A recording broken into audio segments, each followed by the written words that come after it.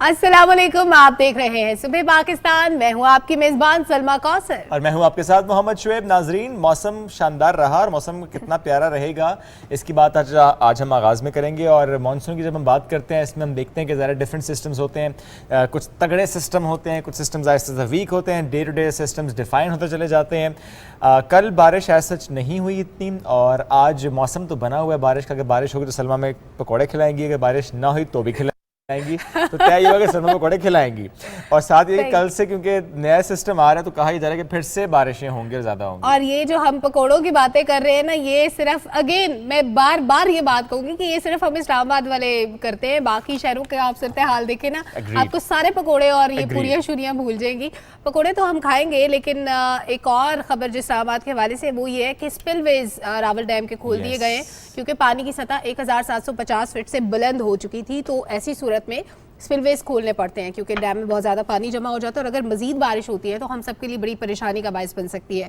तो जो मेयर्स लिए गए हैं उसके अकॉर्डिंग दफ़ा 144 नाफिज है। तमाम डैम्स के करीब, तमाम नालों के करीब जितने भी लोग रहते हैं उनको वार्निंग्स जारी की गई हैं।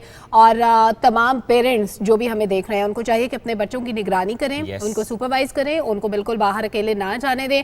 स्पेशली पिंडी के जो इलाके हैं, जो ज़ेरे-आब अक्सर आ जाते हैं, बहुत तेज़ बारिश हो या बहुत तसलसल के साथ बारिश जारी रहती है, उन इलाकों में पेरेंट्स को खास तौर पे एहतियात बरतनी चाहिए। और बिल्कुल, और सलमा जो मैंने बात आगाज में की थी ना कि मौसम अच्छा और पकौड़े, ये मैंने इसीलिए तनाजुर में की थी कि आप घरों में रह के पकौड़े खाइए, आप घरों में रहिए। ये कोई पिकनिक स्पॉट नहीं है, आपने बाहर नहीं निकलना। बड़ा अच्छा आपने कहा कि दफ़ा 144 नाफिज है और ऐसे किसी भी इलाके की तरफ न जाइए जहाँ पे स्पिलवेज खोलने के बाद पानी का बहाव ज़रा तेज़ हो जाता है। नशेबी इलाकों से मुताल्लिक़ आप सब जानते हैं कि वहाँ पर इस वक्त क्या सिचुएशन है। ऐसे में बच्चों की एहतियात बहुत अहम है। अपने छोटे बच्चों को, मासूम बच्चों को कोशिश करें अपने नज़रों के सामने यूं भी रखना चाहिए। और वैसे अब आजकल इन हालात में जब नहीं पता कहीं गटर का ढक्कन ना हो, नहीं पता कहीं पर गड़ा होगा, पानी भरा होगा, बच्चा गिर ना जाए, तो प्लीज़ बहुत एहतियात कीजिए। मैं सिर्फ बात कराची की या ऐसे शहर इलाके की नहीं कर रहा जहाँ पर हम देखते हैं कि रैपिड अर्बनाइजेशन होती है, वहाँ पर इशूज़ ज़्यादा होते हैं। बट मैं बात हर इलाके की कर रहा हूँ कि ये हादसा कहीं पर भी हो सकता है। प्लीज़ अपना ख्याल रखिए, अपनी फैमिली का ख्याल रखिए, आस पास का ख्याल रखिए और बिलखुसूस इन बच्चों का ख्याल रखिए। बहुत एहतियात की इस वक्त ज़रूरत है। और दो बातें मैं इसमें ऐड कर दूं शुएब। एक तो वो लोग जो ऐसे एरिया में नहीं रहते जहां पे पानी आता हो बहुत ज़्यादा, उनको भी चाहिए कि अपनी छतों की सफाई खास तौर पे करें, क्योंकि छत से जब ड्रेनेज बंद होता है तो आपके घरों में पानी आना शुरू हो जाता है। लोगों के कारपेट गीले होने के मैंने बड़े वाक़यात देखे हैं, बहुत से कमरों में दाखिल हो गया पानी। तो ये इन चीज़ों को अवॉइड करने के लिए एक तो आप ये अपने तौर पर करें, और दूसरी ये चीज़ कि क्योंकि वीकेंड अब करीब आ रहा है, बहुत से लोगों ने प्लान किया होगा शुमाली इलाका जात की तरफ जाते हैं, वो सैर तफरी के लिए गिलगित बल्तिस्तान की तरफ जाते हैं, स्कर्दू की तरफ जाते हैं या नारायण कागान की तरफ निकल जाते हैं। तो इन एरियाज़ के जो रास्ते होते हैं वहाँ पे लैंड स्लाइडिंग का बहुत खदशा होता है, मिट्टी के तोदे गिर रहे होते हैं। तो ऐसी सूरत हाल में आपने देखभाल के प्लान करना है। अगर आप जा रहे हैं तो सेफ्टी मेजर्स पहले लें, वेदर फोरकास्ट देखें और पहले रास्तों के बारे में आपको कंफर्मेशन होनी चाहिए कि क्या रास्ते साफ हैं या क्लियर हैं। और जो मिट्टी का तूदा मैंने कहा उसके वाले से मैं खुद ही एक्सप्लेनेशन दे दूं कि ये तूदा होता है डिक्शनरी में। तो अगर किसी को लगता है कि तौदा होता है तो प्लीज़ मुझे गलत मत समझिए, मैं बिल्कुल ठीक कह रही हूँ, मैं डिक्शनरी के अकॉर्डिंग कह रही हूँ, क्योंकि मुझे बहुत जगह पे ये एक्सप्लेन करना पड़ जाता है। मेरी उर्दू ज़रा ज़्यादा गाड़ी है ना, न्यूज़ करते करते हो गई थी। तो आपने एक तो वेदर फोरकास्ट का ख्याल रखना है। अपने ट्रिप्स जब भी प्लान करें तो आपने ये ज़रूर देखना है कि उन रास्तों में कहीं लैंड स्लाइडिंग ना हो, कहीं पर रास्ते बंद ना हो, क्योंकि जब ट्रैफिक जैम होता है ऐसी सूरत हाल में तो कई दिन आपको फंसे रहना पड़ सकता है। तो इंतज़ामिया की परेशानी जो है उसको अवॉइड करने के लिए, अपनी परेशानी अवॉइड करने के लिए बेहतर है कि आप इस तरह का रश क्रिएट ही ना करें कि मसले मसाइल पैदा हो जाएं। एग्जैक्टली। अच्छा, इससे मुझे सलमा एक शख्स याद आ गया है, चूंकि आप नॉर्दर्न एरियाज़ की बात भी कर रही थी, घूमने फिरने की बात भी कर रही थी, इसमें लैंड स्लाइडिंग का आपने जो जिक्र किया, फिर होता है कि अगर आप ट्रैवल कर रहे हैं, गाड़ी में कर रहे हैं और रास्ते बंद हैं, फिर आपका दिल तो यूँ चाहता है ना कि पैदल निकल जाएँ, लेकिन दिल ही चाहता है, आप एक्चुअली करते नहीं हैं ऐसा, क्योंकि आप घबरा जाते हैं कि पैदल इतना लंबा सफ़र हम कैसे तय करेंगे। लेकिन हम जिस शख्स की आज बात करें ओकाड़ा से उनका ताल्लुक़ है और उस्मान अरशद इनका नाम है। पाक चीन सरहद खुंजराब तक पैदल सफ़र कर चुके हैं ये, यानी आप हिम्मत वाले हैं ये कि इन्होंने कहा कि हम पैदल ही जाएंगे और सफ़र करके आएंगे। तो सफ़र उनका कैसा रहा उसकी बात भी करेंगे। एट द सेम टाइम अगला प्लान उनका क्या है, अब कहाँ जाना चाहते हैं और अब कितना तवील ये सफ़र होगा, कब ये जो है वो स्टार्ट होगा, कब खत्म हाँ। होगा? अगला हदफ वैसे उनका मक्का मुकरमा है जी, कि वह हज के लिए जाना चाहते हैं मक्का मुकरमा। और जब वो मक्का की तरफ ट्रैवल करेंगे तो हम जरूर उनसे बात भी करेंगे, उनको अपने प्रोग्राम में भी बुलाएंगे। लेकिन ये जो हम इधर उधर आने जाने की बातें कर रहे हैं, तो हम कोविड को नहीं भूल सकते कि बिल्कुल। कोविड से बचना कितना इंपॉर्टेंट है। डेली हम स्टैट्स शेयर करते हैं अपने व्यूअर्स के साथ। 371 नए केसेस सामने आए हैं, तो 2 to 3% और कभी 5% तक भी ये शरह चली जाती है। तो जो कोविड की शरह में जो राइज एंड फॉल हम देखते हैं, वो उसका ताल्लुक हमारे डेली लाइफस्टाइल से होता है, हमारी रूटीन से होता है। अब आगे क्योंकि मुहर्रम स्टार्ट होने वाला है, तो अपने SOPs को ज़रूर फॉलो करना है। जहाँ पर भी इज्तिमात हो वहाँ पे आपने मास्क लाजमी पहनना है, सैनिटाइज़र का इस्तेमाल लाजमी करना है। और इसके अलावा भी आप जहाँ भी जाते हैं, आपकी रोज़मर्रा ज़िंदगी में, आपके ऑफिस में, आपके घर में, जब तक आप SOPs को फॉलो नहीं करेंगे तो फिर आपके लिए भी मुश्किलात पैदा होंगी और बाकी जो आपके इर्द गिर्द के लोग हैं उनके लिए भी मुश्किलात पैदा होंगी। और ये एक ऐसी चीज़ है जिसको आप अवॉइड नहीं कर सकते। अगर आप एसिम्प्टोमेटिक हैं तो आप ज़्यादा खतरनाक है, क्योंकि आप कोविड के कैरियर हैं और आपको पता भी नहीं है, आपके घर में बुजुर्ग हैं, बच्चे हैं, वो लोग इफेक्ट हो रहे हैं। तो कोविड से बचाव बहुत ज़्यादा। और वैसे भी कोविड का पलट करवार, ये खबर आज की नहीं है, पहले की बात है, जिसमें हम देखते हैं कि 2 times 3 times, और जैसे जैसे वक्त बढ़ता जाएगा हम देखेंगे कि 4-5 times में भी कोविड आपको मुतासर करिए। बिल्कुल ऐसे जैसे नॉर्मल फ्लू वगैरह होता था। अब कोविड को उस तरह लिया तो जाता है, लेकिन समटाइम्स क्योंकि सिम्टम्स ऐसे होते हैं, अगर आपकी इम्यूनिटी कॉम्प्रोमाइज़ है, आपके घर में ऐसा कोई शख्स है जिसको और कोई बीमारी है, तो उसके लिए वो जानलेवा साबित हो सकता है। तो कोविड के इससे मुतालिक हम ये जो बात कर रहे हैं ना कि पलट करवा, चूँकि कल मेरे दोस्त हैं उन्होंने स्टेटस लगाया हुआ कि again he was Covid positive. तो मैंने कहा अभी तो यार 3-4 महीने भी नहीं हुए, तो यानी इतना जल्दी भी कोविड असर करता है। हालांकि बूस्टर डोज भी है, यानी तमाम vaccination and booster dose are done. लेकिन इसमें हम ये ज़रूर कहेंगे कि आप जो हम रोज़ाना की बुनियाद पर बात करते हैं कि प्लीज़ एहतियात कीजिए, SOPs को फॉलो कीजिए। तो I am glad and I am happy कि हम इसको बड़ा सीरियस ले रहे हैं। दैट इज़ द रीज़न कि देखें 3% से वो कम होकर 2.76% पर कोविड की जो रेशो है वो है इस वक्त शरह मौजूद है। अल्लाह करे और कम होती चली जाए, लेकिन एक भी केस होने का मतलब यह है कि कोविड यहाँ पर है, तो हमें बहुत ज़्यादा एहतियात की ज़रूरत है। और इसमें हम ये भी देख रहे हैं कि कुछ मरीज़ ऐसे हैं, तकरीबन 184, जिनकी हालत इस वक्त तशवीशनाक है, वो ICUs में हैं। उनके लिए हम दुआ गो भी हैं, ये तादाद ना बढ़े, और जो तशवीशनाक हालत में है उनकी सेहतियाबी की दुआ भी कर रहे हैं। लेकिन ये सब तब होगा जब हम इसको वाकई रियलाइज़ करेंगे कि मिलकर मुकाबला करना है और मिलकर इसको भगाना है, इसका स्प्रेड स्लो डाउन करना है, पाकिस्तान से इसको पाक करना है। तो इसके लिए हम सबको मेहनत की ज़रूरत है, SOPs को फॉलो करने की ज़रूरत है। बिल्कुल। और जब गवर्नमेंट का कंसर्न सिर्फ ये नहीं होता, क्योंकि बहुत सी ऐसी चीज़ें हैं जिनके पीछे बड़ी स्ट्रेटजीज होती हैं। जब कोविड ज़ाहिर है हमने वेंटिलेटर्स बनाए, हमने मास्क की प्रोडक्शन शुरू की, सैनिटाइज़र की प्रोडक्शन, वो चीज़ें जो हमें बाहर से मंगवानी पड़ती थी वो हमने खुद बनानी शुरू की। लेकिन इसके अलावा भी कुछ महाजों पे हमें परेशानी का सामना है गवर्नमेंट लेवल पे। जैसे वीट की इंपोर्ट थी, जो एक वक्त था जब हम वीट एक्सपोर्ट किया करते थे। अब पॉपुलेशन बढ़ गई, पॉपुलेशन के लिए ज़ाहिर है हमें मजीद पॉलिसीज़ की ज़रूरत है, सेंसस होता है टाइम टू टाइम। तो ऐसी सूरत में क्या होता है कि आपके मुल्क में गंदम कितनी मौजूद है, क्योंकि हमारे मुल्क में गंदम की कंजम्पशन ज़्यादा है खाने के हिसाब से भी अगर देखें। अदरवाइज जो बाकी प्रोडक्ट्स होते हैं जैसे केक, पेस्ट्रीज, इन चीज़ों में भी वीट की जो कंजम्पशन होती है वो बहुत ज़्यादा होती है। बिल्कुल। और पॉपुलेशन के अकॉर्डिंग जब आपने इसको बैलेंस करना होता है तो फिर आपको इंपोर्ट करनी पड़ती है, क्योंकि बढ़ी हुई आबादी के बाद इन चीज़ों को मैनेज करना जो है वो गवर्नमेंट लेवल पे बड़ा ज़रूरी होता है। तो वज़ीर-ए-आज़म मोहम्मद शहबाज शरीफ ने कल एक इजलास की सदारत की और उन्होंने कहा है कि ज़रई मुल्क में गुज़श्ता दौरे हुकूमत में ग़िज़ाई बहरान आते रहे हैं, लेकिन गुज़श्ता हुकूमत ने गंदम के हवाले से कोई जामे मनसूबाबंदी नहीं की, जिसकी वजह से 22 करोड़ आवाम के साथ जो है वो ज़्यादती हुई है। तो ये जो इजलास था इसमें गंदम के मौजूदा ज़खायर, इसकी मुमकिन तलब और दरामद की टेंडर्स पर एक जायज़ा लिया गया, जिसमें वफाकी वज़रा भी शामिल थे, मिफ्ता इस्माइल थे, नवीद कमर थे, तारिक बशीर चीमा थे, और इसके अलावा जो मुतल्लिका लोग थे वो भी मौजूद थे इस इजलास में। तो इसमें जनाब ये बात हुई है कि मुल्क में जो हालिया गंदम की पैदावार का तखमीना है वो 26.389 मिलियन मैट्रिक टन है, जबकि पिछले साल के अगर हम अदाद-ओ-शुमार देखें तो वो 1.806 मिलियन मैट्रिक टन ज़खायर थे। 30.79 मिलियन मैट्रिक टन तलब के मुकाबले में कुल ज़खायर 28.199 मिलियन मैट्रिक टन है। और तलब और ज़खायर में फ़र्क को ख़त्म करने के लिए गवर्नमेंट ने इक़्तिसादी राब्ता कमेटी के ज़रिए गंदम की बर वक्त दरामद का फ़ैसला किया है, जो कि एक खुशाइन फ़ैसला है। जब वक्त पर गंदम दरामद कर ली जाएगी तो उसके बाद जो महंगी गंदम हमें ख़रीदनी पड़ती है वो नहीं होगा। एग्जैक्टली। चलें बढ़ते हैं आगे। एक और अहम मामला है, उस पर अपडेट भी आपको देते हैं। बिजली सारिफिन से मुताल्लिक है, बिजली की कीमत में इजाफे से मुताल्लिक है।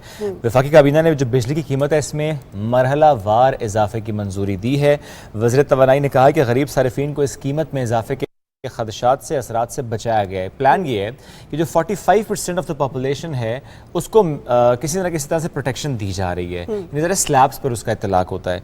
कल न्यूज़ कॉन्फ्रेंस की गई थी और ये वज़ीर तवानाई की तरफ से कहा गया था कि इस शर्त पर कीमत बढ़ाने की इजाज़त दे रहे हैं कि गरीब सारिफिन को बचाया जाएगा। जो कम यूनिट्स इस्तेमाल करते हैं उन पर इसका असर नहीं होगा। 26 जुलाई से कीमत में ₹3.5 और नेक्स्ट मंथ अगस्त में मजीद ₹3.5, जबकि अक्टूबर में 90 पैसा जो हैं ये फ़ी यूनिट इजाफा किया जाएगा। तो मरहला वार इसको इजाफा किया जा रहा है। और खुर्रम दस्तगीर साहब ने कहा कि अगर माजी की हुकूमत दुरुस्त फैसले करती है, बर वक्त फैसले करती और टाइम टू टाइम और इसी तरह मरहला वार कीमतें बढ़ाती तो आज ये मुश्किल फैसले ना करने पड़ते। लेकिन फिर उनकी तरफ से कहा गया ये सब कुछ जो किया जा रहा है इसमें कोशिश की जा रही है गरीब को बचाया जाए। जो 45% हमारी आबादी है जो कम यूनिट्स इस्तेमाल करती है उसको बचाया जाए। बिल्कुल, और इसका सोल्यूशन हम पहले से ही दे चुके हैं अपने व्यूअर्स को कि आप सोलर पैनल्स पे चले जाएं, आपका भी फायदा है और आप गवर्नमेंट को बिजली दे के कुछ पैसे भी अर्न कर सकते हैं और आपकी अपनी तो बचत होगी। ज़ाहिर है आपके घर की जितनी भी अप्लायंसेस है वो सारी जब सोलर तवानाई पे चलेंगी तो बिजली की पैदावार जो है उसमें गवर्नमेंट को भी फायदा हो रहा होगा कि जो कंजम्पशन है वो उस तरह से नहीं हो रही, क्योंकि आवाम जो है वो ज़्यादातर वो बिजली प्रोड्यूस कर रहे हैं और इस्तेमाल भी कर रहे हैं जो कि फ्री ऑफ कॉस्ट है। ये आपकी एक बार की कॉस्ट है, एक दफ़ा आपने इंस्टॉलेशन करवा ली तो उसके बाद आपको मुफ्त बिजली मिलेगी और जो बिजली यहाँ से बचेगी वो हमारी सनतों को मिलेगी। तो ये बहुत अच्छी बात है। हमारी जनाब डायमंड जुबली आ रही है कुछ ही दिनों में, थोड़े दिन बाकी रह गए हैं, भरपूर जारी है और अज़्म आलीशान शाद रहे पाकिस्तान इस बार थीम रखा गया है। वफाकी वज़ीर इत्तलात और नशरियात मरियम औरंगज़ेब ने पाकिस्तान का जो 75वां यौम आज़ादी इस मौके पर मुल्क में शॉर्ट स्टोरीज के मुकाबलों का इनेकाद करने का ऐलान किया, जो कि बहुत खुशाइंद है। और एक ट्वीट में उन्होंने बताया है कि जनाब शॉर्ट स्टोरीज मुल्क भर से तारीखी इत्तेहाद, सूफीज़म, अक़लियत, ख़वातीन के हुकूक, खेल, म्यूजिक, कौमी वर्से समेत मुख्तलिफ मौज़ूआत पर आप बना सकते हैं एक से ड्यूरेशन की शॉर्ट स्टोरी और जो जीतेंगे लोग वो ऐसे नहीं जाएंगे, उनको इनाम मिलेगा। क्या बात है, कितना इनाम मिलेगा जी? इनाम मैं आपको बता देती हूँ। पहली पोजीशन पे जनाब मिलने वाले हैं 1 लाख, दूसरी पोजीशन पे मिलेंगे 75,000 और तीसरी पोजीशन पे आने वाली शॉर्ट स्टोरी को मिलेंगे जनाब 50,000 रुपए।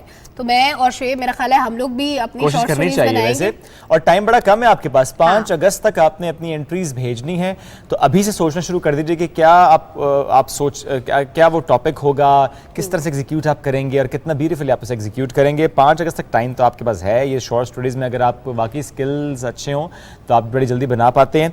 ptv.films@ptv.com.pk यहाँ पर आपने इसको ईमेल करना है। ऑल द बेस्ट, और लेट्स सी जो जीतेगा हम कोशिश करेंगे उसको बुलाएं भी, उसकी स्टोरी आपको दिखाएं भी और उस पर बात भी करें। चलें बढ़ते हैं आगे, एक और अहम मामला उसकी बात भी करते हैं। वज़ीर मनसूबाबंदी और तरक्की एहसन इकबाल साहब का जिक्र करेंगे, जिन्होंने कहा है कि मुल्क के IT के शोबे का जो फ़रोग है वो मौजूदा मखलूत हुकूमत की अव्वलीन तरजीह नहीं। इसमें तमाम जो पार्टीज इस वक्त गवर्नमेंट में मौजूद हैं वो सब की तरजीह है कि हमने IT को फ़रोग देना है और IT as the future of Pakistan for sure. पूरी दुनिया में ऐसे हम देख रहे हैं कि IT को में जिस तरह से हम तरक्की होता देख रहे हैं।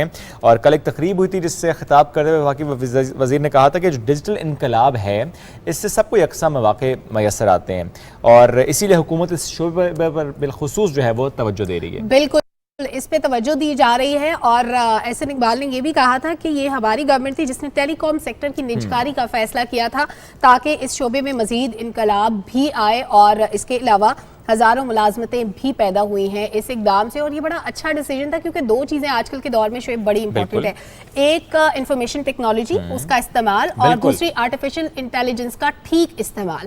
ये 2 चीज़ें ऐसी हैं जो आपके मुल्क में ऐसा इनकलाब ला सकती है, किसी भी मुल्क में इवन ऐसा इनकलाब आ सकता है कि आप पूरी दुनिया को कम्पीट कर सकते हैं। तो इन 2 चीज़ों में अगर आप खुदा ना खास्ता पीछे रह जाते हैं, अब किसी भी हवाले से अगर आप 2 कदम पीछे हैं तो दैट मीन्स कि आपकी तरक्की की राह में कोई रुकावट है। तो ये बड़ी अच्छी बात है। इसके अलावा IT की जब हम बात करते हैं तो हमारा बहुत सा रिकॉर्ड इस वक्त IT पे मुंतकिल हो चुका है। हमारा जैसे लैंड रिकॉर्ड्स के अलावा थानों में भी ये सिस्टम आ चुका है कि जो चीज़ें पहले बाय हैंड होती थी वो IT पे ट्रांसफ़र हो रही हैं। तो इसका मुख्तलिफ शोबों में बड़ा भरपूर तरीके से हम इस्तेमाल करें, जो कि बड़ी खुशाइंद बात है और इस सिलसिले को आगे लेके बढ़ना चाहिए। और जब हम मुल्क की तरक्की की बात करते हैं तो हमारे वो हीरोज़ जो हमारे मुल्क के लिए अपनी जानों की कुर्बानी देकर गए, हम उनको कभी फरामोश नहीं करते। और एक बड़ी खूबसूरत कहावत है, एक शेर है कि जब तक न जले लहू जन्नत में चरागा नहीं होता है। क्या बात। जब तक ना जले शहीदों के मैं भूल रही हूँ, sorry. It's okay, it's fine. Sometimes हो जाता है, मुझे चूंकि याद नहीं तो मैं इसको नहीं बोल सकूंगा। बट एनीवेज, हम बात करें अपने शहीद सपूतों की, उनकी अगर हम बात करें तो इसमें एक ऐसा नाम जिनकी आज जिनका यौम शहादत मनाया जा रहा है। हम बात करें पहले निशान हैदर का एजाज़ हासिल करने वाले कैप्टन मोहम्मद सरवर साहब, उनका आज यौम शहादत मनाया जा रहा है। यासिर हुसैन ने एक रिपोर्ट तैयार की है इन पर, आइए मिलकर देखते हैं।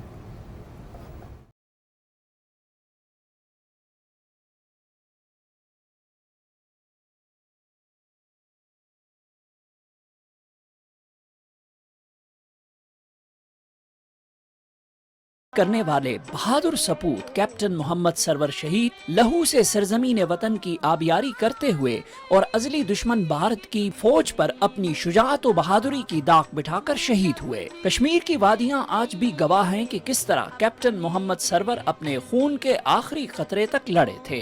कैप्टन मोहम्मद सरवर का ताल्लुक एक फौजी घराने से था। 1944 में पंजाब रेजिमेंट में कमीशन हासिल किया, जिसके बाद दूसरी आलमी जंग अजीम में हिस्सा लिया और शानदार फौजी खिदमात के पेश नजर 1946 में उन्हें मुस्तकिल तौर पर कैप्टन के ओहदे पर तरक्की दे दी गई। कैप्टन सरवर शहीद 10 नवंबर 1910 को पैदा हुए।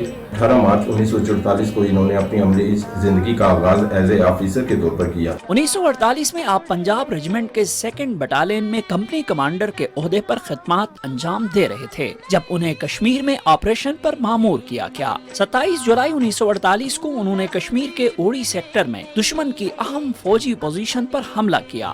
इस हमले में कई जवान शहीद और जख्मी हुए, लेकिन कैप्टन सरवर ने पेशकदमी जारी रखी। उस हमले में इनको दाएं कंधे में एक ब्रश लगा, ये जख्मी हो गए। जख्मी होने के बावजूद ये इतने डिटरमेंट थे, इतने निडर थे और इतने दलेर थे कि इन्होंने अपना एडवांस जारी रखा। उनके बंकर्स के अंदर वो ग्रेनेड फेंके और बंकर की क्लियरेंस करें। इसी असना में दुश्मन की LMG के एक ब्रस्ट इनको लगा, जिसकी वजह से इन्होंने जामे शहादत नोश किया। सुबह के सूरज ने इस पहाड़ी पर पाकिस्तान का सब्ज हिलाली परचम लहराते हुए देखा। हम पाकिस्तान की फौज की ये खासियत है कि ऐसे ही मौके पे ऐसे ही शेर दिल जवान जो हैं वो उठते हैं और दुश्मन के तमाम मुज़ाहिम को खाक में मिला देते हैं। बहादुरी की बेमिसाल तारीख रकम करने पर उन्हें निशान हैदर से नवाजा गया। ये एजाज उनकी बेवा ने 3 जनवरी 1961 को सदर पाकिस्तान मोहम्मद अयूब खान के हाथों वसूल किया था। कैप्टन मोहम्मद सरवर शहीद ने मादरे वतन के दिफा में कमाल बहादुरी और जुरत का मुजाहरा किया। कैप्टन मोहम्मद सरवर शहीद निशान हैदर का यौम शहादत रिपोर्ट आपने मुलाहिजा की और इतनी देर में मैंने रिकॉल किया कि मैं क्या कहना चाह रही थी। बिल्कुल आपने बताया था थोड़ा सा, लेकिन आपको खुद भी पूरा याद नहीं था, तो मुझे याद है। मैं ज़रूर इसको कंप्लीट करना चाहूँगी क्योंकि ये रिपोर्ट, ये दिन, ये मेरे दिल के बहुत करीब है। तो आई जस्ट वॉन्ट टू से कि जब तक न जले दीप शहीदों के लहू से, कहते हैं कि जन्नत में चरागा नहीं होता। क्या बात। चलें बढ़ते हैं आगे। और पाकिस्तान 2023 में यानी नेक्स्ट ईयर पहली बैनुल-अक़वामी मैरीटाइम एक्सपो का इनेकाद करेगा। इसकी डिटेल्स आपके साथ शेयर करते हैं।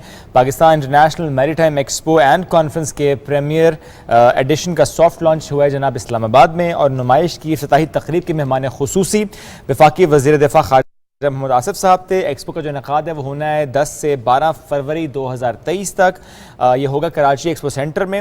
और जो कल तकरीब हुई, सॉफ्ट लॉन्च हुआ, उससे खिताब करते हुए वज़ीर दिफा ने कहा कि पाकिस्तान के जो मैरीटाइम सेक्टर है इसकी सलाहियतों को ज़ाहिर करने के लिए पहल करने पर पाक बहरिया का हम शुक्रिया अदा करते हैं, इनको हम सराहते हैं उनकी काविशों को। और कहा कि पाकिस्तान मैरीटाइम सेक्टर में मुनाफा बख्श सरमायाकारी, मुश्तरका मनसूबों और तजारत के बेपनाह मौके फराहम कर रहा है। तो ये कल सॉफ्ट लॉन्च, और ज़ाहिर उसके बाद फिर एक तवील तैयारी के लिए वक्त है, जो कि फरवरी 2023 में इंशाल्लाह फर्स्ट इंटरनेशनल मैरीटाइम एक्सपो जो है वो पाकिस्तान उसका मेज़बान होगा, और यहाँ पर इंशाल्लाह ये होगी। बिल्कुल। और इस एक्सपो क्योंकि फरवरी में होने जा रही है, लेकिन उससे पहले एक चीज़ जिसका हमने पहले भी जिक्र किया, हमारी डायमंड जुबली, हमारा यौम आज़ादी जो हम इस बार मनाने जा रहे हैं।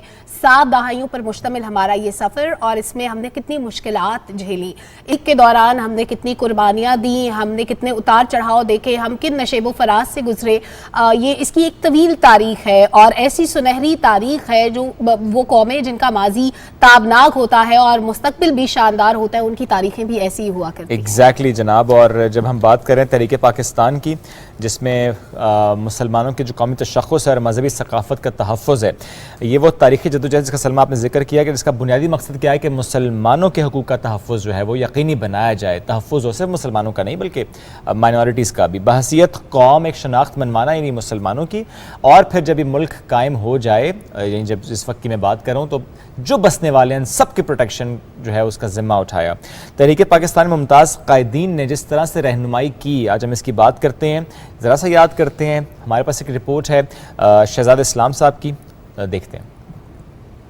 सगीर में अंग्रेजों और कांग्रेस के खिलाफ मुसलमानों की कामयाब तहरीक, जिसे तारीख में तहरीक पाकिस्तान के नाम से याद किया जाता है, कई पहलुओं से 20वीं सदी की एक मुनफरिद और मुमताज तहरीक है, जिसकी क़यादत कायदे आज़म मोहम्मद अली जिन्ना समेत दूसरे मुमताज कायदीन ने की, जिसके नतीजे में मुसलमान एक आज़ाद मुमलकत हासिल करने में कामयाब हुए और 14 अगस्त 1947 को दुनिया के नक्शे पर पाकिस्तान उभर कर सामने आया। चंद नामवर शख्सियात का जिक्र करते हैं जिन्होंने क़याम पाकिस्तान की बुनियाद रखने में अहम किरदार अदा किया। उनमें सर सैयद अहमद खान वो शख्सियत हैं जिन्होंने दो कौमी नजरिए के जरिए दुनिया भर को आश्कार करवाया कि मुसलमान और हिंदू दो अलग अलग कौमें हैं। सर सैयद अहमद खान ने मुसलमानों में बेदारी इल्म के लिए अलीगढ़ तहरीक का आगाज किया। इसी इल्मी तहरीक के नतीजे में तहरीक पाकिस्तान के लिए कारकुनों की तालीम याफ्ता खेप तैयार हुई, जिन्होंने इस तहरीक को कामयाबी से हमकिनार करने में अहम किरदार अदा किया। तहरीक पाकिस्तान की तारीख में दो भाइयों मौलाना शौकत अली खान और मौलाना मोहम्मद अली जौहर का किरदार भी नाकाबिले फरामोश है। 1906 में बनने वाली मुस्लिम लीग के बानियान में भी मौलाना मोहम्मद अली जौहर का नाम शामिल है। पाकिस्तान के पहले वजीर आजम खान लियाकत अली खान ने तहरीक पाकिस्तान में नुमाया किरदार अदा किया। खान लियाकत अली खान कायदे आजम के दस्ते राज थे और क़याम पाकिस्तान के बाद तमाम अहम फैसलों में उन्होंने अपने कायद का भरपूर साथ दिया। कौम ने उनकी मिली खिदमात के एतराफ में खान लियाकत अली खान को कायदे मिल्लत का खिताब भी दिया। ममलिकत खुदा दाद, इस मुल्क को पाने में हम किस तरह कामयाब हुए, हमने इसको तरक्की की मनाजिल कैसे तय करवाई, हमारे बड़ों का, हमारे प्यारों का, हमारे बुजुर्गों का लहू इसकी बुनियादों में शामिल है। एक तवील जिद्दोजहद है जिसका हम आने वाले वक्त में भी अहाता करते रहेंगे। यौम आज़ादी तक तकरीबन डेली हमारे पास कुछ न कुछ ऐसा कॉन्टेंट होगा जो हम अपने व्यूअर्स के साथ शेयर करेंगे। लेकिन अभी बात कर लेते हैं मुहर्रम उल हराम की, जो कि अभी स्टार्ट होने जा रहा है और आशूरा के मौके पर ख़ास तौर पे स्पेशली एक सिक्योरिटी प्लान तरतीब दिया जाता है। तो जो रिलीजियस हार्मनी होती है, जो बैनुल मज़ाहिब हम आहंगी है, वो बड़ी इंपॉर्टेंट है। तो इस सिलसिले में कल एक कॉन्फ्रेंस हुई जिसमें चेयरमैन रोहित हिलाल कमेटी मौलाना अब्दुल खबीर आज़ाद भी मौजूद थे। उसमें जो मुहर्रम के हवाले से सिक्योरिटी प्लान था उस पर भी बात हुई है। एक रिपोर्ट है, अगर अपने व्यूअर्स के साथ हम शेयर कर लें। कॉन्फ्रेंस में पंजाब भर से शरीक जैयद उलमा ने मुहर्रम उल हराम में क़याम अमन और बैनुल मसालिक हमांगी के फ़रोग पर इत्तफ़ाक़ राय किया। इस मौके पर मौलाना अब्दुल खबीर आज़ाद ने कहा कि क़याम अमन के लिए उलमा का भरपूर ताउन सिक्योरिटी इदारों के साथ होगा। उनका कहना था कि उलमा अपनी सफ़ों में इत्तेहाद बरकरार रखें और मोहब्बत व अमन को फ़रोग दें। पैगाम पाकिस्तान, ये पाकिस्तान का वो नैरेटिव और वो बयानिया है जिसने दहशतगर्दी और इंतहा पसंदी की कमर को तोड़ा है, और ये हमें जो ज़ाब्ता इखलाक दे रहा है, यकीनन हम सबको चाहिए कि हम उस पर अमल पैरा हों। हमारी अफवाज ने, हमारे सिक्योरिटी इदारों ने जो कुर्बानियाँ दी हैं और हमारी पुलिस ने, हम उसे सलाम पेश करते हैं। कॉन्फ्रेंस से खिताब करते हुए दीगर उलमा कराम का कहना था कि वो अपने मसलक को छोड़ो ना और किसी के मसलक को छेड़ो ना के असूलों पर कारबंद हैं। मुल्तान की डिवीजनल इंतजामिया और कानून नाफिज करने वाले इदारों ने क़याम अमन में ताउन पर उलमा कराम का शुक्रिया अदा किया। रिपोर्ट आपने देखी, आगे बढ़ेंगे और आज का मौजू हमारा मेंटल हेल्थ से जुड़ा है।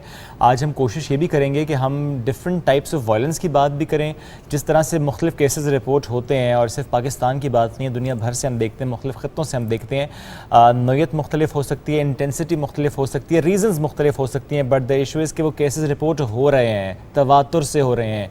कुछ जगह ऐसी हैं जहाँ पर ज़्यादा हो रहे हैं, उनका ग्राफ ऊपर जा रहा है, कुछ जगह ऐसे वहाँ पर कम भी हो रहा है। दैट मीन्स कुछ स्टेप्स लिए जाते हैं वहाँ पर, गवर्नमेंट लेवल पर, इंस्टीट्यूशन लेवल पर, इंडिविजुअल लेवल पर कि चीज़ें कुछ बेहतरी की तरफ जाती हैं। डिप्रेशन की हम बात करें, एंग्जाइटी की बात करें, स्ट्रेस की बात करें, अब्यूज़ की बात करें। जब हम अब्यूज़ की बात करते हैं तो ये बड़े एक ऐसी टर्म है जिसको लोग इतना एक्सप्लोर नहीं करते। एक अभी ब्रेक पर हम बात भी करते हैं इकनॉमिक अब्यूज़, यानी इससे मुतालिक उतनी बात नहीं होती। जैसे घर में अगर सिर्फ एक फ़र्द कमाने वाला हो और वो उतने पैसे ना घर में दे रहा हो अपने स्पाउस को, फैमिली मेम्बर्स को, अपने यानी जो भी उस पर डिपेंडेंट हैं उनको, अगर वो उतने पैसे नहीं दे रहा जितने वो दे भी सकता है, जितने उसे देने चाहिए, जो उसकी जिम्मेदारी है पूरी कर सकता है, पूरी करनी चाहिए, वो नहीं कर रहा, दैट्स इकनॉमिक अब्यूज़। क्या इसके इम्पैक्ट्स होते हैं उस फैमिली पर, सोसाइटी पर, कम्युनिटी पर, पूरी नेशन पर।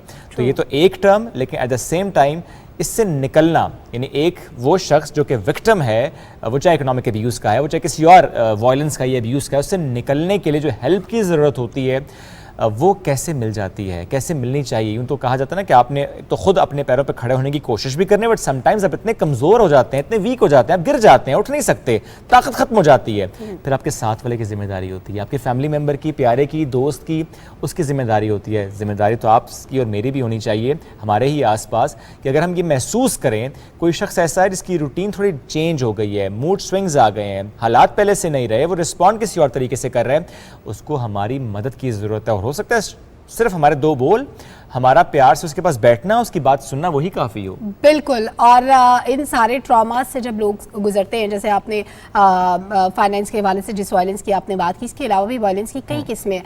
अब जब इंसान किसी भी ट्रॉमा से गुजरता है, किसी भी सदमे से गुजरता है, तो उसके बाद क्या होता है कि उसके साथ डील करने का जो तरीक़ेकार होता है वो सबका मुख्तलिफ होता है। कुछ लोग बड़े अच्छे से कम बैक करते हैं, कुछ लोगों को ज़िंदगी में आगे बढ़ जाना अच्छे तरीके से आता है, ये शायद उनको ज़िंदगी ने ये सब सिखा दिया होता है। लेकिन कुछ लोग ऐसे होते हैं जो ज़िंदगी की दौड़ में पीछे रह जाते हैं, अपने आप को अकेले कमरे में बंद कर लेते हैं, खुदा न खास्ता खुदकुशी का ख्याल आने लग जाता है। कुछ लोग किसी बुरी आदत में, नशे की लत में लग जाते हैं, या वो मतलब किसी भी हद तक जा सकते हैं। लेकिन इस सब के पीछे आपकी जो सोच होती है वो बड़ी इंपॉर्टेंट होती है, जो आपका ब्रॉटअप होता है, जो आपको एनवायरनमेंट मिल रहा होता है, सोसाइटी आपको कैसे ट्रीट करी। तो इन सब मामलात पे बात कर लेते हैं। हमारी प्यारी सी मेहमान सुबह पाकिस्तान के सेट पर मौजूद हैं, क्लिनिकल साइकोलॉजिस्ट है ज़हरा कमाल आलम साहिबा।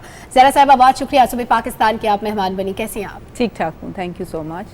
अच्छा, हम बात कर रहे हैं वायलेंस के हवाले से, जो बहुत तरह का हो सकता है। जैसे शुएब ने कहा कि वो आप किसी भी सूरत में एक्सप्लॉइट हो सकते हैं, वो फाइनेंशियली भी हो सकता है, वो in terms of domestic violence भी हो सकता है, वो साइकोलॉजिकल वायलेंस, इमोशनल भी हो सकता है। इन सब के पीछे जो वायलेंस करने वाला होता है, सबसे पहले तो ये फरमाइए कि उसकी सोच क्या होती है, इतने शिद्दत पसंद लोग कैसे हो जाते हैं, इतना टॉक्सिक माइंड कैसे होता है? सो आई थिंक मेरे ख्याल में इसमें बहुत अच्छी बात है, एक तो आप इस टॉपिक को कवर करें और इसके मुख्तलिफ पहलू हैं, मुख्तलिफ फॉर्म्स हैं, मगर कहीं ना कहीं वजूहात हमने देखा है सिमिलर होती हैं, एक जैसी कुछ साइकी आपको नज़र आती है। ये समझने की ज़रूरत है कि हमारे माशरे में कुछ किस्म का वायलेंस ऐसा है जो बच्चे ज़्यादा एक्सपीरियंस करते हैं, फ़िज़िकल, इमोशनल और सेक्शुअल वायलेंस। फिर एक लाइफ साइकिल में वायलेंस चलता है, वक्त के साथ साथ मर्द हजरात पे वायलेंस की जो है नौयत चेंज हो जाती है, कम हो जाती है, मगर ख़वातीन through out their life cycle ख़ास तौर पे फ़िज़िकल और सेक्शुअल वायलेंस और इमोशनल वायलेंस का शिकार होती रहती हैं। तो आप समझ सकते हैं कि एक तबका जो है आपका ज़्यादा सफ़र करता है, और इसमें अगर हम अपना ट्रांसजेंडर तबका देखें या कोई हम ऐसा ग्रुप देखें जिसमें डिसेबिलिटी है और कोई प्रॉब्लम्स हैं, तो वो उसकी वजह से भी वो एक तरह से वल्नरेबल हो जाते हैं। अब आपका सवाल आया कि ये क्यों इतना ज़्यादा इंसान पुरतशद्दुद होता है, इसमें बहुत ज़्यादा ताल्लुक़ है बचपन का, और बचपन में किस तरह से हम तशद्दुद की तरफ हमारी सोच क्या है। एज अ सोसाइटी हम कैसे देखते हैं, हम क्या समझते हैं कि अगर किसी ने गलत किया है तो उसको मारना जायज़ है। और अगर आप इस वक्त माहौल सारा देख लें, अगर हम ओवरऑल देखें तो हम कितना वायलेंस को जस्टिफाई करते हैं कि ठीक है उसको मारा, उसको हमने पब्लिकली शेम किया, अब्यूज़ किया तो इट इज़ ओके। तो वो जो एक हम बच्चे को सिखा रहे हैं कि जब तुम्हें लगे कि तुम्हारा हक जो है तुम्हें नहीं मिला तो तुम वायलेंस का इस्तेमाल कर सकते हो। अब हम थोड़ा सा अगर इसको कॉन्टेक्स्ट में देखें औरत और मर्द के रिलेशनशिप में, हमारा एक निज़ाम पिदरशाही निज़ाम है जिसमें एक तरह से समझें कि अमूमन मर्दों की हुक्मरानी है कि वो जो समझता है वो बेहतर है, औरत जो है उसको एक तरीके से रहना है। अगर वो औरत उनकी सोच के मुताबिक एक बाउंड्री से बाहर निकलती है तो उसको वो जायज़ है कि आप उसके साथ तशद्दुद करें, मारपीट करें और उसको कंट्रोल करें। मैं यहीं तो पर फिर ये एक सोच जो है वो मैं यहीं पर आपको ज़रूर रोकूंगा और ये सवाल भी करना चाहूँगा क्योंकि बड़ा अच्छा पॉइंट आपने रेज़ किया। जनरली हम किसी इशू पर को जब डिस्कस करते हैं कहते हैं जेंडर स्पेसिफिक नहीं, but this issue is gender specific. इसमें हम देखते हैं टॉक्सिक माइंड्स हैं वो मर्दों के ज़्यादा नज़र हमें आते हैं और उसकी इम्प्लीकेशंस भी नज़र आती हैं।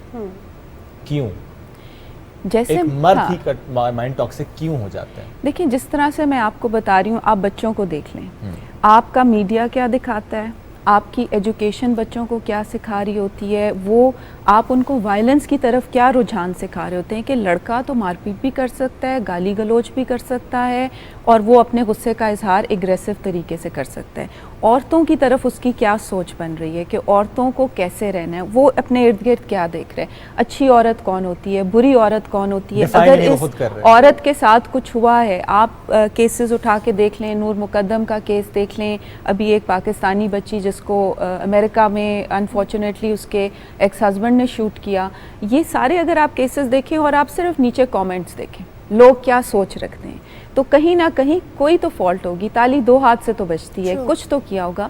तो बच्चों को सिखाना और बच्चियों को बचपन से सिखाना कि किसी भी सूरत में वायलेंस जस्टिफाइड नहीं है। आप बात करें, आप कोई और तरीका निकालें, मगर आप वायलेंस को जस्टिफाई नहीं कर सकते। तो हम भी एक तरह से सोच को जस्टिफाई करते हैं कि ठीक है ना, उसका मर्द का गुस्सा ज़्यादा होता है, निकल गया, क्या हुआ, और हम इसको फितरत से अटैच कर देते हैं कि ये बायोलॉजिकल चीज़ है। हालांकि देखा जाए कि वही मर्द है, उसको अपने बॉस पे जब गुस्सा आता है तो नहीं मारता, अपने कॉलीग को तो नहीं मारता, मगर ये क्या वजह है कि इसका ताल्लुक ताकत से भी बहुत है। जहाँ आपको लगता है कि मेरे पास ताकत है, मैं इस्तेमाल कर सकता हूँ। हम जब आपने बात की वायलेंस की फॉर्म्स की, तो एक सेक्सुअल हरासमेंट, सेक्सुअल वायलेंस भी एक फॉर्म ऑफ वायलेंस है। आप कई दफ़ा ऐसे लोगों का सुनते हैं कि वो परपेट्रेट कर रहे हैं वायलेंस, एंड आप कहेंगे ये तो बहुत अच्छा शख्स है, इसका तो रवैया मेरे साथ बहुत अच्छा था, मगर आपकी ताकत उसके साथ मुख्तलिफ थी, तो वो उसी को इस्तेमाल करेगा जहाँ पे उसको नज़र आता है। और क्यों ख़वातीन ज़्यादा इसका शिकार होती हैं कि उन्होंने भी सीखा है चुप हो जाओ, अच्छी लड़कियाँ बोलती नहीं हैं, ये तो होता है, खामोश रहना है, तुम्हारी भी ज़रूर कोई गलती होगी। तो ये जो चीज़ें हैं ये आपको बहुत ज़्यादा एक तरह से फॉल्ट पे करती हैं। मेरा मेंटल हेल्थ से ताल्लुक़ है, मैंने आज से कोई 20-25 साल पहले पढ़ा था, हमारे अपनी पढ़ाई में सोशल इश्यूज़ और वायलेंस इश्यूज़ पे बहुत कम बात होती थी। तो बहुत दफ़ा हमारे पास जब क्लाइंट्स आते हैं जिनके ऐसे एक्सपीरियंसेस हैं, उनको जो गाइड करने वाले प्रोफेशनल्स हैं वो भी वही मफरूज़े लेके चल रहे हैं जो हमारे माशरे के हैं। तो इस मौजू पे बात करना और इसको समझना, और फिर जो आपने सारी बातें की कि ड्रग्स का इस्तेमाल है, आइसोलेशन में चले जाना, ख़ुदकुशी का रुझान होना, ये असरात हैं और इन असरात से निकला जा सकता है। मगर जिस तरह आपने बात की कि वो एक सपोर्ट की ज़रूरत है, समझने की ज़रूरत है कि ये नॉर्मल रिएक्शन है, ये बहुत एक लॉन्ग टर्म प्रोसेस है। कुछ लोगों को ज़्यादा वक्त लगता है निकलने में और कुछ लोगों को जल्दी समझ पाते हैं। अच्छा, 2-3 चीज़ें अगर मैं यहाँ पे ऐड कर दूँ। एक तो ये कि हम बीइंग सोसाइटी अपने बच्चों को क्या सिखाते हैं। एक घर में जब एक आदमी अपनी बीवी को थप्पड़ मारता है, उसे गाली दे के बात करता है, उसका बच्चा क्या सीखेगा और कल वो अपनी बीवी के साथ क्या करेगा। दूसरी बात ये कि क्योंकि शुएब ने बात की ख़वातीन के हवाले से, तो मुझे मर्दों के लिए भी थोड़ी सी बात करनी चाहिए कि जब हम देखते हैं कि मर्द हमारी सोसाइटी में ज़्यादा इन्फ्लुएंशियल होते हैं, ये मार पीट ज़्यादा उनके खाते में लिखी जाती है, लेकिन ख़वातीन की तरफ से भी वायलेंस के केसेस हमें देखने में मिलते हैं। ख़वातीन भी वायलेंट होती हैं, साइकोलॉजिकल प्रॉब्लम्स या इस तरह के मसाइल के वो ट्रॉमा से गुजरी हों, उसके बाद वो पुरतशद्दुद रवैया इख्तियार कर लें। अच्छा, उनका जो तशद्दुद, जैसे आपने कहा कि जितनी मतलब जहाँ पर उनको लगता है कि ये ईजी टारगेट है वहाँ पे यूज़ करते हैं। जैसे मर्द होते हैं अपने बॉस पे नहीं करेंगे, घर आके औरतों पे करेंगे, इसी तरह खवातीन हो सकता है वो बच्चों पे गुस्से का इजहार करें, वो अपने से कम उम्र की खवातीन पे, बहनों पे या बाहर किसी पे वो इस तरह से अपने गुस्से को निकालेंगे। दोनों साइड से जब वायलेंस हम देखते हैं तो इक्वली उसको डिस्करेज भी करना चाहिए। इन लोगों को डील करने का तरीका क्या है? अगर एक शख्स वायलेंट है, अगर एक शख्स मारपीट पे उतर आया, गालम गलोच पे उतर आया, खा वो मर्द है या औरत है, उसको कैसे टैकल किया जाए? ठीक है, आपने आई थिंक जो बात की कि आप एक इफेक्ट ऑफ वायलेंस की बात करें कि जब एक वायलेंस आपने पुरतशद्दुद रवैया देखे, आप में चिड़चिड़ापन आएगा और आप फिर अपने से कम ताकतवर के ऊपर भी वायलेंस करोगे। तो अक्सर जब ये डिबेट होती है वो फिर आ जाता है नहीं भाई मगर औरतें भी तो वायलेंस होती हैं।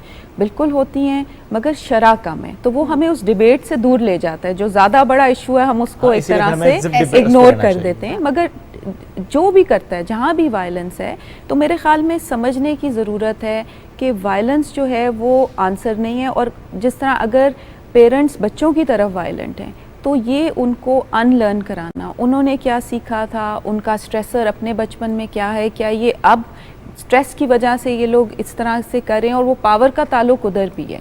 किस तरह से उन्हें स्ट्रेटजाइज करना है कि अगर उनको बहुत गुस्सा आ रहा है तो वो अपने आप को रिमूव कर लें बच्चों से, उस वक्त वो बात ना करें, वो ही समझें कि जब उनके साथ वायलेंस होता है तो उनको कैसा महसूस होता है। और जो मर्दों के साथ काम है वो भी एक तरह से समझें, अगर रवैया बहुत ज़्यादा पुख्ता हो गया है तो उसको बदलना भी कई दफ़ा मुश्किल है, क्योंकि बहुत दफ़ा लोग आपके पास ये लेके नहीं आते कि मैं वायलेंट हूँ मुझे आप ठीक करें।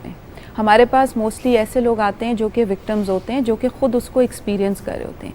मगर उसमें बहुत ज़रूरी है कि आप लोग बड़े लोगों के साथ, अगर जिस तरह ख़वातीन के साथ हो रहा है, आप उनके साथ सेफ्टी प्लान के ऊपर बात करें। कई दफ़ा हम ये बात करते हैं कि बच्चों पे इसका क्या असर है, आप अपने इस नीड फॉर कंट्रोल को कैसे समझ सकते हो, आप इसको मैनेज कैसे कर सकते हो। मैं ये नहीं कह रही कि किसी के लिए होप नहीं है। अगर कोई समझता है कि ये पुरतशद्दुद रवैया गलत है और मुझे इसको बदलना है तो शायद वो उसको इम्प्रूव कर सकते हैं। और शायद कुछ मैनेज कर सकते हैं। अगर रियलाइजेशन हो जाए, क्योंकि समटाइम्स होता ही है कि आपको रियलाइजेशन ही नहीं होती, आप एक रवैया रखे हुए हैं अपने फैमिली के साथ, अपने कॉलीग्स के साथ, अपने दोस्तों के साथ, अगर आपका रिलेशन दोस्तों के साथ भी ऐसा ही जिसमें आप वायलेंस की तरफ जा रहे हैं, आप समझते हैं कि आप बिल्कुल दुरुस्त कर रहे हैं, आपको लगता है आप ठीक हैं और आप जो कर रहे हैं वो जस्टिफाइड है।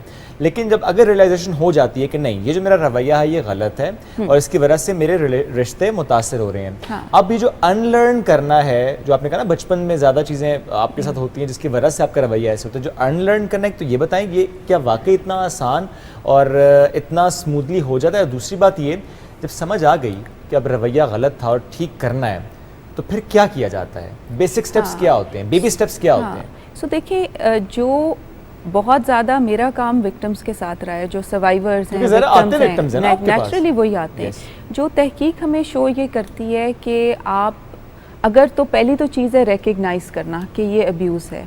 फिर हर इंसान के रीज़न्स डिफरेंट हैं, किसी के अपने चाइल्डहुड के ट्रॉमास हैं जिसकी वजह से वो करें, किसी की औरतों की तरफ एक सोच है जिसकी वजह से करें, और किसी के अंदर हो सकता है कि कोई नफ्सियाती बीमारी चल रही हो जिसकी वजह से वो अपने इमोशंस को मैनेज नहीं कर पा रहे। तो डिपेंडिंग ऑन कि उनका क्या इशू है, और फिर ये इश्यूज़ तो बहुत टाइम लेंगे अगर हम थेरेपी में कोई शख्स आता है, मगर हम साथ साथ सेफ्टी प्लानिंग करते हैं कि अगर आपको ये गुस्सा आता है और अब आप बढ़ रहे हो अपने बच्चों की तरफ, अपनी बीवी की तरफ, आपने क्या करना है, आपका वार्निंग साइन क्या होगा, you have to back out, what are some of the words you will not use, आप घर से क्या बाहर निकलेंगे, आप अपने आप को किस तरह से जाके इस चीज़ को मैनेज करेंगे।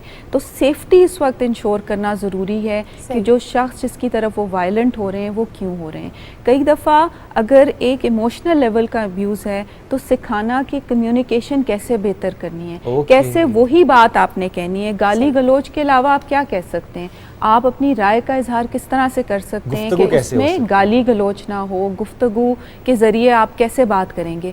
मगर ये भी समझना, क्योंकि बहुत दफ़ा एक्सक्यूज़ आता है, नहीं जी ये बच्चों ने किया, नहीं औरत ने ऐसा किया, ये समझना कि चाहे कोई जो भी करे, आपका कंट्रोल आपके हाथ में, आपका कंट्रोल आपकी ज़िम्मेदारी है, दूसरे की ज़िम्मेदारी नहीं है। क्योंकि कल वो ऐसे चलेगी, इससे बात नहीं करेगी, खाना ऐसा बना लेगी, फिर कोई चीज़ आपको नज़र आ जाएगी। तो उसको समझना बहुत इम्पॉर्टेंट है। हमारे माशरे में थोड़ा सा मुश्किल हो जाता है इसलिए क्योंकि हम सारे जो मोस्ट लोग हैं, और अब शायद कुछ अवेयरनेस कुछ लेवल पे आ रही है, मगर हम उसको सही समझते हैं। हम कहते हैं हाँ ठीक है ना, ये जो कॉन्सेप्ट्स है ना, ताली दो हाथ से बजती है, उसने ज़रूर कुछ किया होगा, ऐसे कौन किसी को मार सकता है। अच्छा, फिर एक डोमेस्टिक वायलेंस में एक ख़ास टिपिकल साइकिल देखा गया है। वो कई दफ़ा ये भी होता है कि एक दफ़ा एक स्ट्रेस है और या कोई नाचाकी है, बार बार मना करना, ये क्या है, उससे क्यों बात की, किससे कॉल्स पे तुम बात करती हो, शक करना, तंग, इरिटेट होना, and then comes the hitting और द वायलेंस। और उसके बाद गिड़गिड़ाना, माफ़ी मांगना, तोहफे ला के देना, पता नहीं क्या हुआ, मेरा गुस्सा आ गया। तो ये समझना कि ये साइकिल है डोमेस्टिक वायलेंस का, और इसको हम एक हनीमून फेज़ कहते हैं। एक बिल्डअप फेज़ है, एक टेंशन फेज़ है, एंड देन आपका एक आउटबर्स्ट के बाद हनीमून फेज़ है। तो उसकी वजह से औरतें बहुत कंफ्यूज होती हैं कि नहीं बंदा अच्छा है क्योंकि देखो माफ़ी भी मांगता है, उसको गुस्सा मैनेज नहीं करना आता। तो ये कपल्स को और उस शख्स को समझाना कि ये एक साइकिल में आप चल रहे हो और इस साइकिल को ब्रेक करना ज़रूरी है, और क्योंकि ये बड़े वो और कंफ्यूज कंफ्यूज में भी होता है। जी देखिए, इसका जो ताल्लुक है ना, ये सोच से है। तो हमने ये देखे है कि इसका ताल्लुक ये नहीं है कि आप कितने पढ़े लिखे हो या आप कितने अनपढ़ हो, इसका ताल्लुक सोच से है। मोस्टली जो वायलेंस है उसका ताल्लुक है सोच से, तरबियत से, सोशलाइजेशन से, औरतों के बारे में, अपने से कम ताकत रखने वालों के बारे में क्या सोच है, ये उससे इसका ज़्यादा गहरा ताल्लुक है। और ये जो है ना एक्सक्यूज़ बन जाते हैं, मैं स्ट्रेस में था, पैसे कम थे, ये हो गया, किसी ने मुझे कुछ कह दिया था। जस्टिफाइड नहीं होते वो एक्सक्यूज़ेस जो है वो इंसान अपने आप को दे रहा होता है, मगर जो तहकीक और जो काम है वो ये शो करता है कि ये एक तरह से एक्सक्यूज़ बन जाते हैं। और औरत इसलिए, और आपने जब कहा ना वो निकल नहीं पाती, उसके ऊपर असर होता है क्योंकि वो सारा वक्त अपने आप को ठीक करने की कोशिश में होती है। अच्छा मैं अब ये ठीक कर लेती हूँ, ये चेंज कर लेती हूँ, इससे हो जाएगा, ये बदल जाएगा। औरत के एंड पे होती है कि मैं ये चीजें ठीक करूंगी तो घरेलू मामला जो है वो ठीक हो जाएंगे। हालांकि बेदरहकीकत वो मर्द की सोच बदलने की जरूरत है। इस दौरान आपने कहा ना कि कुछ सेफ्टी प्लान्स भी दिए जाते हैं, रिकमेंड किए जाते हैं, जिसमें जो मैं समझ में वो शायद ये भी है, अगर ऐसा कोई मामला हो जाए तो फिर बेहतर ये है कि आप कुछ वक्त के लिए एक दूसरे के सामने ना रहे। फॉर एग्जांपल अगर ऐसी बात होगी तो मर्द के मैं कुछ देर बाहर चला जाता हूँ, या आपको लगे कि अब बहुत डिबेट जो है वो एक ऐसी तरफ चली गई कि खुदा ना खास्ता कोई बड़ा गलत लफ्ज़ इस्तेमाल हो सकता है जिससे रिश्ता पूरा तबाह हो सकता है,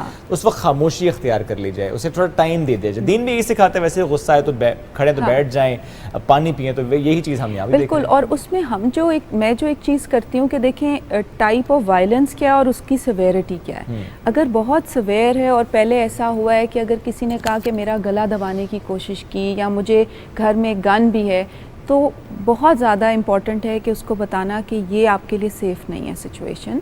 और एक लर्नड हेल्पलेसनेस एक कॉन्सेप्ट हम यूज़ करते हैं, सीखी हुई बेबसी। आपको लगता है आप निकल नहीं सकते और कोई बहुत बुरी चीज़ नहीं होने लगेगी, मगर अनफॉर्चुनेटली इस तरह की चीज़ें भी हो जाती हैं। तो बहुत ज़रूरी है कि फिर आप थोड़ा सा ये वार्न भी करो कि ये चीज़ें फिर घर से निकलनी है, या आपके पास एक प्लान हो कि आप सेफली एग्ज़िट कर सको घर से अगर आपको डेंजर लगे। तो ये भी एक बहुत इम्पॉर्टेंट चीज़ है। और ऑफ़न जैसे मैंने कहा कि औरतें बहुत छुप के आती हैं या किसी और वजह से आती हैं। मेरे पास बहुत ओल्डर वेमन आती हैं इन द 50s, दिल से गुस्सा बहुत आता है, नींद नहीं आती, चिड़चिड़ापन रहता है। आपके पास नहीं इतना ज़्यादा नहीं आती। तो ये जब मैं उनसे एक्सप्लोर करती हूँ तो पीछे years ऑफ वायलेंस निकलता है, इमोशनल अब्यूज़ निकलता है, और वो कहती हैं हम पूरी ज़िंदगी गुजार ली सहते हुए, अब सहा नहीं जाता। तो we always give them an example कि जैसे अब आपका ग्लास फुल हो गया, अब थोड़ी सी बात होती है तो अब आपको चिड़चिड़ापन भी होता है, आपको गुस्सा भी आता है। तो ये इफ़ेक्ट्स एक्सप्लेन करना उनको ज़रूरी है। अल्टीमेटली फ़ैसला तो उस औरत ने करना है, उस बच्चे ने करना है, उन्होंने खुद सोचना है अपने लिए, मगर हम आहिस्ता आहिस्ता कोशिश करते हैं कि उनको ये चीज़ें समझ आ सकें। बिल्कुल ठीक है, बहुत शुक्रिया, साथ मौजूद थी आप, और आज हम ज़रा बात वायलेंस रहे थे, उसके इश्यूज़ पर भी बात हुई, और जो मैं समझ पाया और जो मैं समझाना भी चाहूँगा, जो कि हमने गुफ्तगू में भी ज़ाहिर साहब की समझा है कि ये रियलाइजेशन होनी बहुत अहम है, चाहे खुद हो जाए चाहे आपको वो प्यारा करवाए। जिस तरह एक उन्होंने कहा ना एक साइकिल चल रहा होता है, आपने अब्यूज़ भी किया, फिर आपको रियलाइजेशन थोड़ी देर के लिए हुई, आपने कोई गिफ्ट शिफ्ट दिया, आपने प्यार मोहब्बत से बात की, वो जो खातून है या डायमंड जिसके साथ भी वायलेंस हो रहा है वो कन्फ्यूज़ हो जाए कि मामला ठीक है कि ख़राब है, फिर वो साइकिल चलती रहे, तो पूरी ज़िंदगी तबाह करने से बेहतर है कि जो अच्छा वक्त जिसमें वो रियलाइज़ कर रहा है, आप उस वक्त उसे समझाएं कि बिल्कुल एक नॉर्मल सी चीज़ है, हो जाता है, किसी के साथ भी हो सकता है, किसके रीज़न कोई हो सकता है, हम इसकी हेल्प लेते हैं। Let's go to a professional, एक साइकोलॉजिस्ट के पास, साइकेट्रिस्ट के पास जाते हैं, उनसे डिस्कस करते हैं। वो थेरेपी या सेशन की बात भी अपनी जगह, उसको कोई पागलपन तो नहीं कहेंगे, एक मामला है जिसको बिल्कुल समझना चाहिए कि एक रूटीन का मामला है, इसको हमने डील करना है, इसलिए कि हमें अपनी ज़िंदगी बेहतर करनी है, इसलिए कि हमें अपने आने वाली नस्लों की ज़िंदगी बेहतर करनी है। तो हमें रियलाइजेशन अगर हो जाए तो फिर तो क्या ही बात है। और सबसे इंपॉर्टेंट बात ये होती है कि जब हम चीज़ों को बर्दाश्त करते हैं तो हम दूसरों को ये सिखा रहे होते हैं कि हमें ट्रीट कैसे करना है। तो आपकी बर्दाश्त का लेवल जितना बढ़ता जाएगा, अगला बंदा उतना ही एक स्टेप ऊपर जाता जाएगा अनलेस जैसे पहले ज़हरा कमाल साहिबा ने कहा कि जब तक आपका जो लेवल है वो कंप्लीट ओवरफ्लो ना होने लग जाए और आप कह दें कि अब बस अब बर्दाश्त नहीं होता, तो उसके बाद आप रास्ते तलाश करने शुरू करते हैं। और लर्न बेबसी जिसकी उन्होंने बात की, हम पहले से ही एज्यूम कर लेते हैं कि भाई हम कुछ नहीं कर सकते, हम बेबस हैं, ये जो हो रहा है इसको बर्दाश्त करना पड़ेगा। ये जो बर्दाश्त होती है ये पहली सीढ़ी होती है कि आपने अगले को बता दिया कि ये मेरी बर्दाश्त इससे ज़्यादा है, तुम और करके देखो।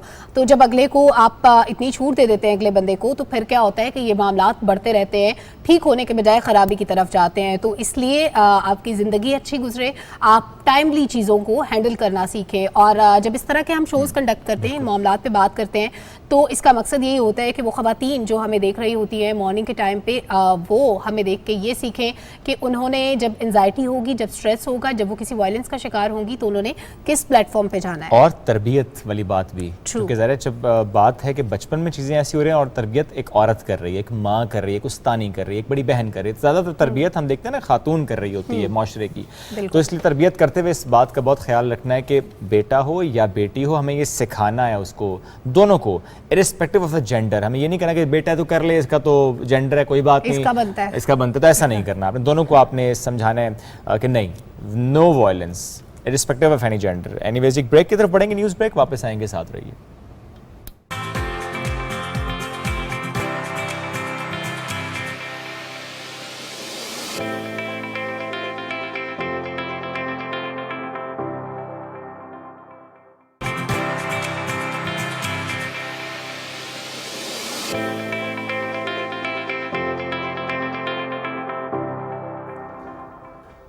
Welcome back.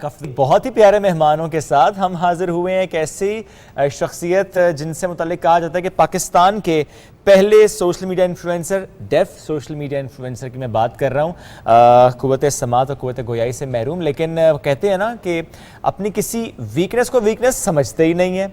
अगर ऐसा कोई मामला हो जाए उसको स्ट्रेंथ कैसे बनाना है, मिसाल बन के दिखाते हैं। मैं बात कर रहा हूँ हसन अहमद की। और हसन जो है वो 2019 से अब तक जिस तरह से टिकटॉक पर, इंस्टाग्राम पर, यूट्यूब पर, ट्विटर पर, नहीं, ऑल द सोशल प्लेटफॉर्म्स पर छाए हुए हैं।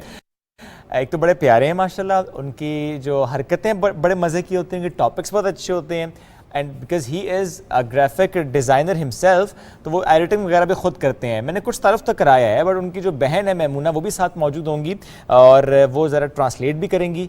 लेकिन इससे पहले कि ज़्यादा बात हम उनसे करें, एक झलक आपको दिखाते भी हैं। साथ में आपको दिखा रहे हैं कि एक गाना जो आजकल हर ज़बान ज़द-ए-आम है, उसको पसूड़ी कैसे साइन लैंग्वेज में ट्रांसलेट किया, ज़रा देखिए।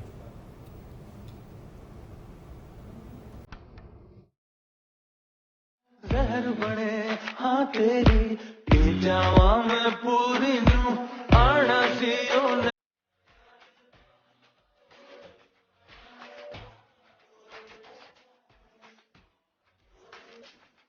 गलावा मजबूरी नू, पसूड़ी हर तरफ ही छाया है। बिल्कुल हर तरफ छाया हुआ है। और वो लोग जो भाई हमें सुन नहीं सकते, उनके लिए ये बड़ी अच्छी एफर्ट है। मैमूना बशीर और उनके साथ हसन भी मौजूद हैं और मैमूना हसन की आवाज़ बनेंगी, हमें बताएंगी वो क्या सोचते हैं, उन्होंने कैसे प्लान किया उन लोगों के लिए जो सुन नहीं सकते, उनके लिए वो साइन लैंग्वेज में गाना गाएं। कैसे हुआ मैमूना? ओके, सो हसन बताएगा, ठीक है, मैं साइन लैंग्वेज में सॉरी मैं वॉइस ओवर करूँगी, हसन साइन लैंग्वेज में बताएगा।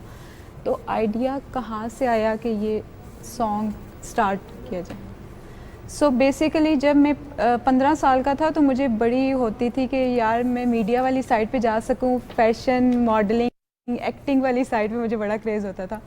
और अब जो है वो तकरीबन ये 7-8 साल का सा है कि मैंने अपने सोशल मीडिया से कंटेंट बनाना शुरू किया और मैं देखता हूँ कि कैसे लोग आगे बढ़े हैं। एक तो दूसरा जो है वो डेफ कम्युनिटी इस चीज़ को कैसे एंजॉय कर सकती है, क्योंकि म्यूज़िक बिकॉज़ वो सुन बोल नहीं सकते, तो हमने ये आइडिया इस तरह कंटेंट जनरेट करना शुरू किया, और म्यूज़िक के अलावा भी नात को भी हम साइन लैंग्वेज में इंटरप्रेट करते हैं। इधर बहुत सारी इस तरह के हमने कंटेंट को डेवलप किया है कि हम डेफ कम्युनिटी के लिए कंटेंट्स को इंक्लूसिव बना सकें। अच्छा, और मेमुना हम ये भी देखते हैं कि ना सिर्फ ट्रांसलेट करना ये डेफ कम्युनिटी के लिए, जनरली भी आसपास लोगों को एंटरटेन करने के लिए हसन के बड़े अच्छे आइडियाज़ होते हैं।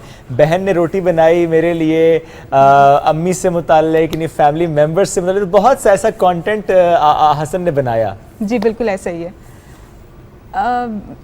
कह रहे हैं कि जब हम सोसाइटी की इंक्लूसिविटी की बात करते हैं तो वो सिर्फ डेफ कम्युनिटी को टारगेट करना नहीं होता।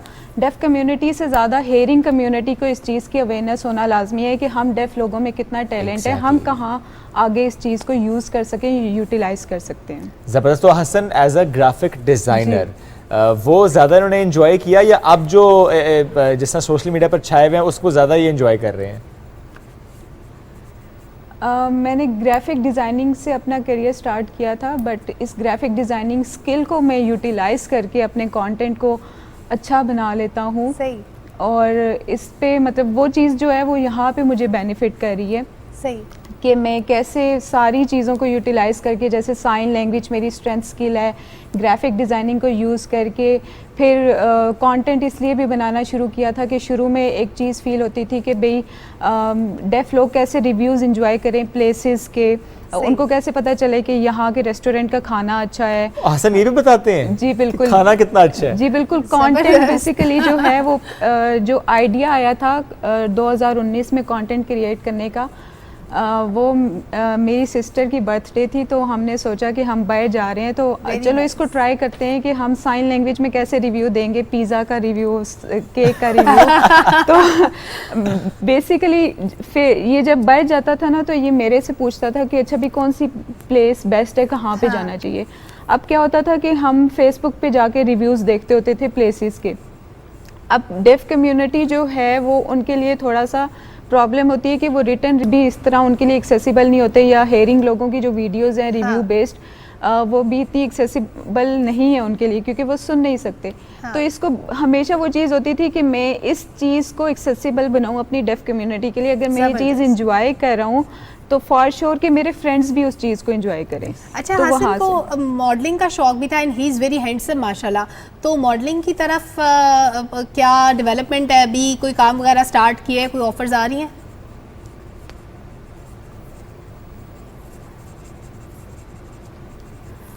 मॉडलिंग एंड एक्टिंग वाली साइड पे, दोनों साइड पे जो है वो मैं देख रहा हूँ कि अगर मुझे कोई अच्छी ऑफर्स मिले। मॉडलिंग के हिसाब से इसको कुछ ना कुछ आती रहती हैं जो कि हम करते हैं डिफरेंट ब्रांड्स के साथ। कुछ पीआर कैंपेन्स होती हैं आप लोग कर रहे होते हैं। जी बिल्कुल ऐसे। आप लोगों ने तो एक शो भी किया कुछ महीने, इशारों की ज़बान, फिर ज़रा आप लोगों की अपनी कमिटमेंट्स ऐसी थी कि आप उसे कंटिन्यू नहीं कर पाए, प्राइवेट चैनल पे आप लोग करते रहे, तो वो हसन से पूछते हैं जी कि एक्सपीरियंस हसन का इशारों की ज़बान वाला जो प्रोग्राम था वो कैसा था?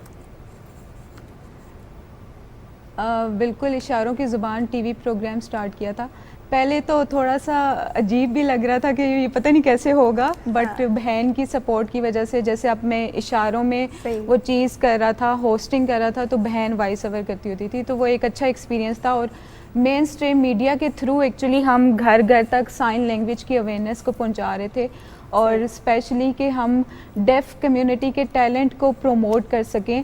हम डिफरेंट सक्सेस स्टोरीज़ अपने चैनल के थ्रू प्रमोट करते होते थे कि अच्छा ये स्विमिंग एक्सपर्ट है डेफ, और ये फ़ाइन ये आर्टिस्ट बहुत अच्छे हैं, कुछ ऐसे डेफ हैं जो कि आर्टिस्ट बहुत अच्छे हैं, कुछ डेफ फीमेल्स जो हैं वो मेकअप आर्टिस्ट हैं। तो उनको एक प्लेटफॉर्म हमने दिया हुआ था कि वो हम अपने चैनल के थ्रू उनके टैलेंट को प्रमोट करें ताकि दुनिया को बता सकें कि भाई हमारी कम्युनिटी में भी टैलेंट एग्जिस्ट करता है। ज़बरदस्त। अच्छा, आप दोनों की बहन भाई की कोऑर्डिनेशन बड़ी खूबसूरत है, और जो आप दोनों की मोहब्बत है वो देख के इंस्पिरेशन मिलती है, क्योंकि हमने तो बहन भाइयों को लड़ते देखा है, इवन हम भी लड़ते थे घर में। आप लोगों की लड़ाइयाँ होती हैं इस तरह से? लड़ाई होती है पहले बहुत होती थी, अब थोड़ी होती है। अच्छा, पहले लड़ाई होती क्यों थी?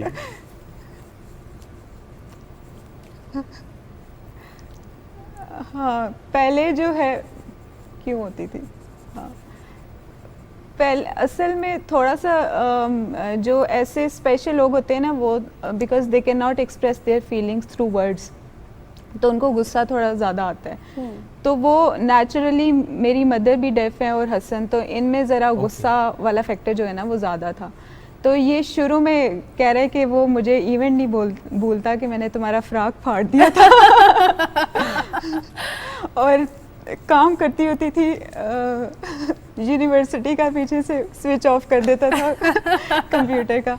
तो लेकिन जब ये बड़ा हुआ, इसने ये देखा कि अच्छा भी मेरी सिस्टर मतलब जॉब कर रही है, फिर फैमिली सपोर्ट और ये सारी चीज़ें, तो वो फिर जब बाहर का एक्सपोजर मिलता है तो वो इंसान में खुद ब खुद वो चीज़ डेवलप होना शुरू हो जाती है। जी बिल्कुल। अब हसन ने जिस तरह अपनी इस वीकनेस को स्ट्रेंथ बनाया, ज़रा आपने सपोर्ट भी इसको किया, फैमिली की सपोर्ट भी थी, और जिस तरह आपने कहा कि मदर आपकी डेफ, ज़ाहिर ये भी हमारे लिए एक नई बात, तो मदर वो उन्होंने ज़ाहिर सिखाया ये बात, आई एम श्योर के कैसे एक वीकनेस को स्ट्रेंथ बनाते हैं।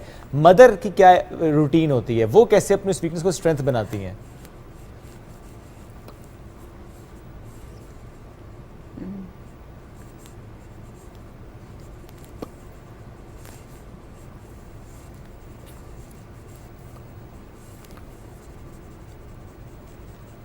मेरी मदर एजुकेटेड नहीं है और लेकिन अम्मी को हमेशा बड़ा शौक़ रहता था कि मेरे बच्चे पढ़ सकें, तो उनको और हम लोग अम्मी के साथ देसी साइन लैंग्वेज यूज़ करते हैं, बट क्या हुआ कि अम्मी ने और मतलब पेरेंट्स ने हमारी स्कूलिंग कराई प्रॉपर। तो अब जो है वो दूसरा जो है, अम्मी की सबसे बड़ी स्ट्रेंथ स्किल उनका हुनर कपड़े स्टिचिंग है। एंड पहले हम लोग we were use to live in a village, हम लोग गांव में रहते होते थे, तो अम्मी ने अपनी सिस्टर के साथ स्कूल इंस्टीट्यूट ओपन किया हुआ था जहाँ पे वो 80 से 90 लड़कियों को सिखाती भी होती थी स्टिचिंग और सिलाई कढ़ाई। तो वो वहाँ से भी हमें एक वो चीज़ मिलती है, sort of strength, being self independent या करेज, के मामा ने डिस्पाइट ऑफ हैविंग के वो अनएजुकेटेड होके हमें यहाँ तक पहुँचाया, हमारी एजुकेशन को कंप्लीट किया। एंड देन फिर मतलब वो टेलरिंग का काम करके और इतनी मेहनत करके फादर के साथ सपोर्ट करके जो है वो हमें यहाँ तक पहुँचाया। बट मैं ज़्यादा मेन जो है वो क्रेडिट अपने फादर को भी देती हूँ, बिकॉज़ जो एक मर्द का रोल होता है वो बहुत इंपॉर्टेंट होता है, एक स्पेशल फीमेल के साथ लेके चलना, फिर बच्चों की परवरिश करना। So this all credit goes to him, exactly। ज़ाहिर है इनकी वाइफ डेफ और फिर आगे से औलाद की अगर हम बात करें, 2 बेटियां, 1 बेटा, बेटा डेफ, और जिस तरह से सपोर्ट उनकी रही। और मैमूना से मुतालिक हमें ये मालूम हुआ कि विजन थोड़ी सी लो है आपकी, बट स्टिल आपका पता नहीं चलता कि कोई इशू है, अल्हम्दुलिल्लाह। मैं जानना भी चाहूँगा कि ज़रा हसन से तो पूछ के बताएं कि ज़रा अभी तो बड़े स्ट्रांग और बड़े कॉन्फिडेंट हैं, लेकिन कभी ज़िंदगी में ऐसा कोई लम्हा आया जब हसन को फील हुआ कि बड़ा अपने आप को महसूस कर रहे हो कि मैं क्यों नहीं कर पा रहा कोई चीज़, कोई ऐसा काम जो करना चाहते थे लेकिन नहीं कर पाए इस वजह से?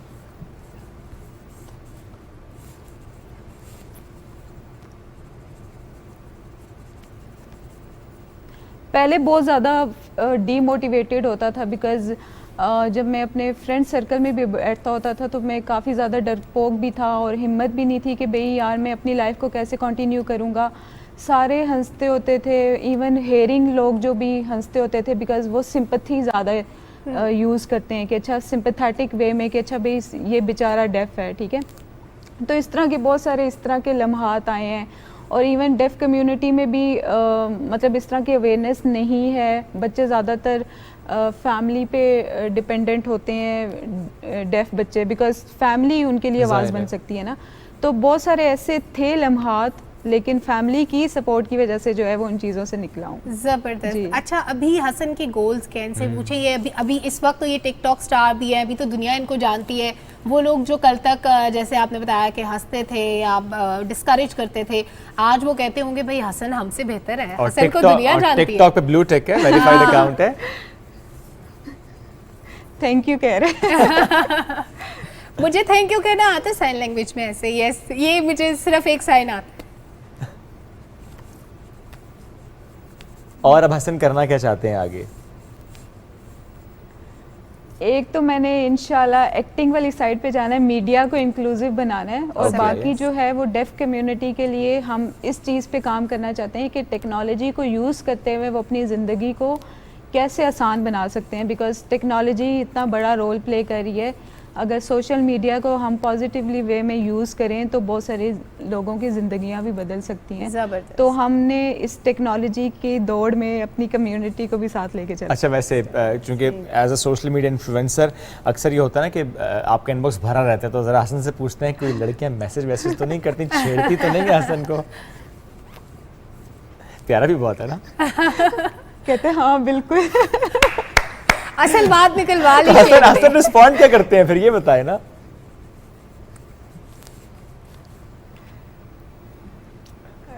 कह रहे बस सबको तो वैसे भी रिस्पॉन्ड नहीं कर सकता, कोई और एक बहुत आध सारे तो तो करते ही फेक होंगे। भी मैसेजेस आते हैं। तो अगर किसी को वाकई कोई गाइडेंस चाहिए, हेल्प चाहिए, तो ऑब्वियसली हम करते हैं रिस्पॉन्ड, लेकिन ये इधर उधर की ऊट पटांग चीज़ों पे रिस्पॉन्ड। ये जरा एक्सप्लेन करें जी, इधर उधर की ऊट पटांग मैसेजेस लड़कियों के कौन से होते हैं जी, बताएं।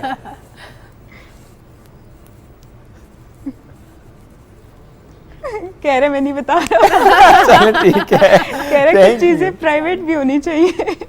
अग्रीड जी, हम प्राइवेसी का ख्याल रखते हैं, बिल्कुल थैंक यू हसन। ठीक है, थैंक यू। थैंक यू मेरा हसन, एक थैंक साइज यू जो मैम। मुझे आता है। कि दोबारा बहुत बताइए शुक्रिया क्या हसन था? और मैमूना हमारे साथ। ऐसे ऐसे। Thank ये you so शुक्रिया much. का साइन चिन के लेफ्ट साइड पे Okay, ऐसे, ठीक है। और भी मैंने थोड़े से साइन सीखे थे, लेकिन मुझे भूल गए हैं हमारे मैंने जो भी साइन signs लैंग्वेज सीखे हैं। एंकर्स हैं, वो हमें नहीं, मुझे लेकिन since it's very good, language सीखनी चाहिए, बिकॉज ये हमारे लिए Yes. सीखने इसलिए पड़ता है कि हम कम्युनिकेट आसानी से कर सकें। बिल्कुल, और इसमें प्रॉपर स्पेल होते हैं Yes. हर चीज़ के। आप नामों को कैसे आप समझाते हैं दूसरे बंदे को, और बाकी पूरी बात के लिए। अच्छा, हमारे जो लंबे लंबे जुमले होते हैं उसके लिए साइंस बड़े मुख्तसर होते हैं, तो जो डेफ कम्युनिटी है हमारी, उसके लिए हमें सीखने चाहिए, बड़े यूज़फुल होते हैं आने वाले वक्त में। चले एक छोटी सी ब्रेक लेंगे, ब्रेक से वापस आते हैं अगले मौजू और मेहमान के साथ रहिए।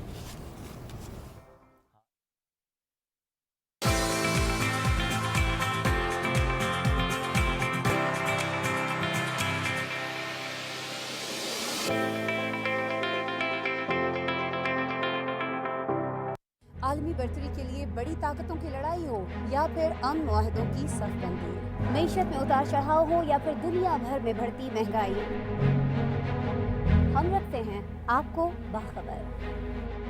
टेक्नोलॉजी की दुनिया में होने वाली नित नई इजादात हो या मौसमियाती तगय्युरात की वजह से होने वाली तब्दीलियाँ, इल्म अदब, तहकीक व जिद्दत, सोशल मीडिया के नित नए आलात या फिर दुनिया भर से हों दिलचस्प व अजीब खबरें, हम पहुंचाते हैं आप तक हर खबर।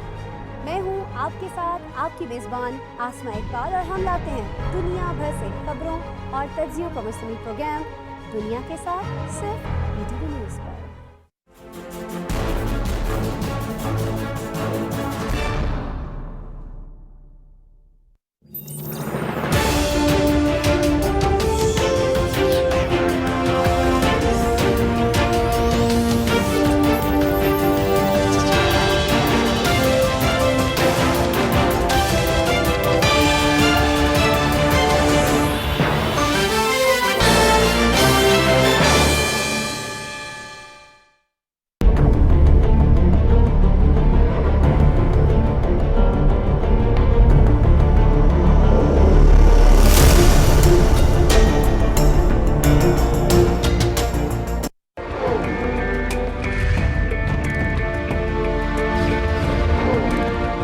कुदरत ने आपको हर नेमत से नवाजा है, आपके पास लामहदूद वसाइल मौजूद हैं, आपकी रियासत की बुनियादें मजबूती से रखती गई हैं। अब ये आपका काम है कि न सिर्फ इसकी तामीर करें बल्कि जल्द अज जल्द और उम्दा से उम्दा तामीर करें। सो आगे बढ़िए और बढ़ते ही जाइए।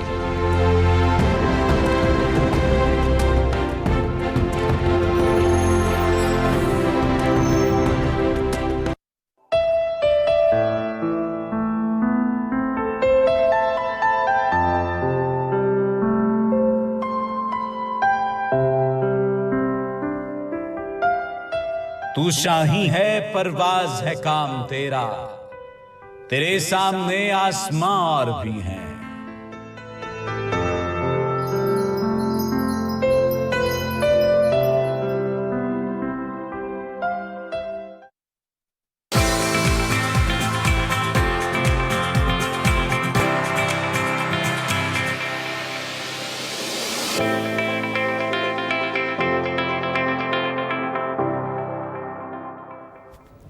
वेलकम बैक जनाब। आजकल के बच्चे किसी से पीछे नहीं Thank you. है। छोटे आप बच्चे नहीं है, आप बड़े हो चुके हैं। मैं अपने अम्मा बाप के साथ छोटा बच्चा हूँ भाई। देखिए औलाद जब बड़ी भी हो जाती है माँ बाप के लिए बच्ची रहती है, लेकिन जो छोटे छोटे नन्हे मुन्ने बच्चे हैं उनके लिए, और जो सबसे मजे की जो कराटे वो सीखते हैं, शोतोकान इतना क्यूट लगता है ना सुनने में। छोटे छोटे बच्चे कर छोटे छोटे काम तो जनाब लंदन में होने वाले वर्ल्ड शोतोकान कराटे चैंपियनशिप में हिस्सा लिया है हमारी अगली नन्ही सी मेहमान ने।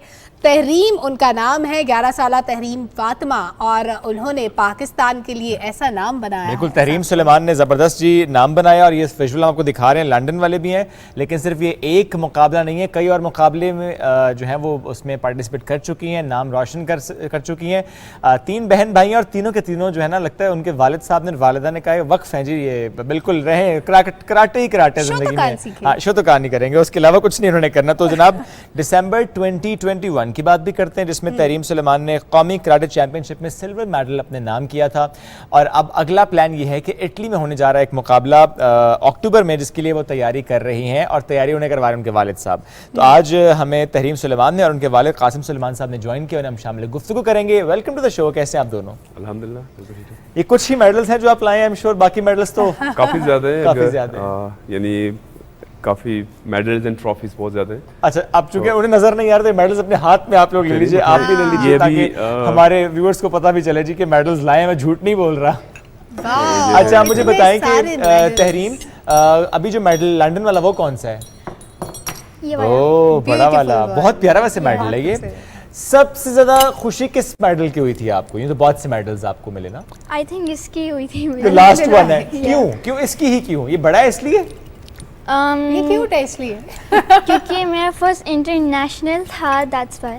वाओ। तो अच्छा सलमान साहब, थोड़ा सा आप भी बताएं मुझे, तीनों बच्चे और तीनों को आपने माशाल्लाह बड़ा अच्छा उनकी ट्रेनिंग चल रही है। बेटियों के लिए ट्रेनिंग का बाप के लिए करवाना ज़्यादा अहम है, और करवाना उसके मैं कहता हूँ कि फिर मिसाल बनती है ना, लोग कहते हैं नहीं जी बेटियों को भी आप इक्वली ट्रीट करें। तो ये बेटियाँ दोनों और फिर बेटा, आपने दोनों इक्वल देखा कि नहीं, स्ट्रेंथ इक्वल है कि आपको लगा नहीं बेटियाँ ज़्यादा अच्छा परफॉर्म कर रही हैं? नहीं, उसमें basically because Tahreem was first baby उस टाइम, तो उस वक्त ही मैंने सोचा था कि इसको जब ट्रेनिंग दूंगा लाइक बेटा, यानी इसको मैंने बेटी कभी नहीं समझा। और मुमलिकत बराए ख़जाना डॉक्टर आयशा गौस पाशा साहिबा तकरीब से खिताब कर रही थी, और उन्होंने कहा है कि हम बड़ी मेहनत करके पाकिस्तान के माशी हालात को बेहतर बनाने की कोशिश कर रहे हैं। चलें जी, हम अपने मौजू की तरफ और मेहमानों की तरफ वापस आते हैं। आज हम बात कर रहे हैं एक ऐसी फैमिली की जिसमें वालिद साहब का बिल्कुल फोकस है जी, बच्चे तीनों जो है ना वो कराटे चैंपियन बनेंगे, नेशनल इंटरनेशनल मुकाबले में हिस्सा लेंगे। तहरीम जिनका फर्स्ट इंटरनेशनल ये एक इवेंट जिससे वो मेडल अपने नाम करके आई हैं लंदन से, और आगे आने वाले दिनों में इंशाल्लाह वो इटली जाएंगी। और हम वापस आते हैं उनकी तरफ। सलमान साहब, दोबारा से जानना चाहूँगा कि ज़रा उस वक्त हमें जाना पड़ गया, तीनों बच्चों में सबसे अच्छा कौन खेल रहा है? मेरे अल्हम्दुलिल्लाह तीनों बच्चे अच्छा खेलते हैं, क्योंकि तहरीम थोड़ी बड़ी थी इनमें, तो मैंने इनको मौका दिया कि जाके खेलें। और रिसेंटली इनकी परफॉर्मेंस भी अच्छी थी टूर्नामेंट्स में, नेशनल में, जो हमारे 2021 में एक तेंशन कान कराटे चैम्पियनशिप हुई थी उसके अंदर, और 2018 में भी इसने गोल्ड मेडल लिया था। सो फिर मैंने मुनासिब समझा कि इनको मैं मौका दूँ, और इनकी अपनी विश भी थी कि मैंने इंटरनेशनल खेलना। उसके लिए काफ़ी अरसे से प्रैक्टिस कर रही थी, तैयारी कर रही थी, और ये माशाल्लाह से कंप्लीट सारी क्लासेस लेती हैं, मेरे पास ट्रेनिंग करती हैं, और इनके जहन में था कि मैंने जाना है, मैंने खेलना है, और मैंने मेडल लेना है। माशाल्लाह, ज़बरदस्त। तहरीम, आपको कैसा लगता है जब आप इंटरनेशनली जाके मेडल्स भी ले रही हैं और सारों की सपोर्ट भी है आपको, सारे लोग खुश हो रहे हैं, मुबारकबादें भी मिल रही होंगी अभी तक? मुझे तो बहुत अच्छा फील हो रहा है, मतलब मैंने पाकिस्तान के सिल्वर मेडल स्कूल जाके भी स्टार वाली फीलिंग आती होगी ना? जी। किस क्लास में है? 6। और रूटीन क्या है, यानी कराटे की रूटीन क्या है और पढ़ाई की रूटीन क्या है? कराटे मतलब कराटे का मेरा सर जो टाइमिंग अलग होती है, पढ़ने की अलग होती है, लेकिन मैं पढ़ने में एंड कराटे में दोनों में ज़्यादा फोकस कर रही हूँ। अच्छा, स्कूल में कभी जो आपके फ्रेंड्स होते हैं कभी उन पे अप्लाई किए हैं अपने ट्रिक्स जो आपने नए नए सीखे? नहीं, उन पे पिटवाएगी। मतलब मैंने कहा पूछ लो, क्या पता बच्चे डरते होंगे ना भाई, बच्चे ऐसी कोई हरकतें नहीं करते उसकी क्लास वाले, उनको पता है? डरते हैं वैसे आपके फ्रेंड्स वगैरह आपसे? नहीं। वैसे और फ्रेंड सर्कल में भी हैं जो सीख रहे हैं और इस तरह इवेंट्स पे जाते हैं?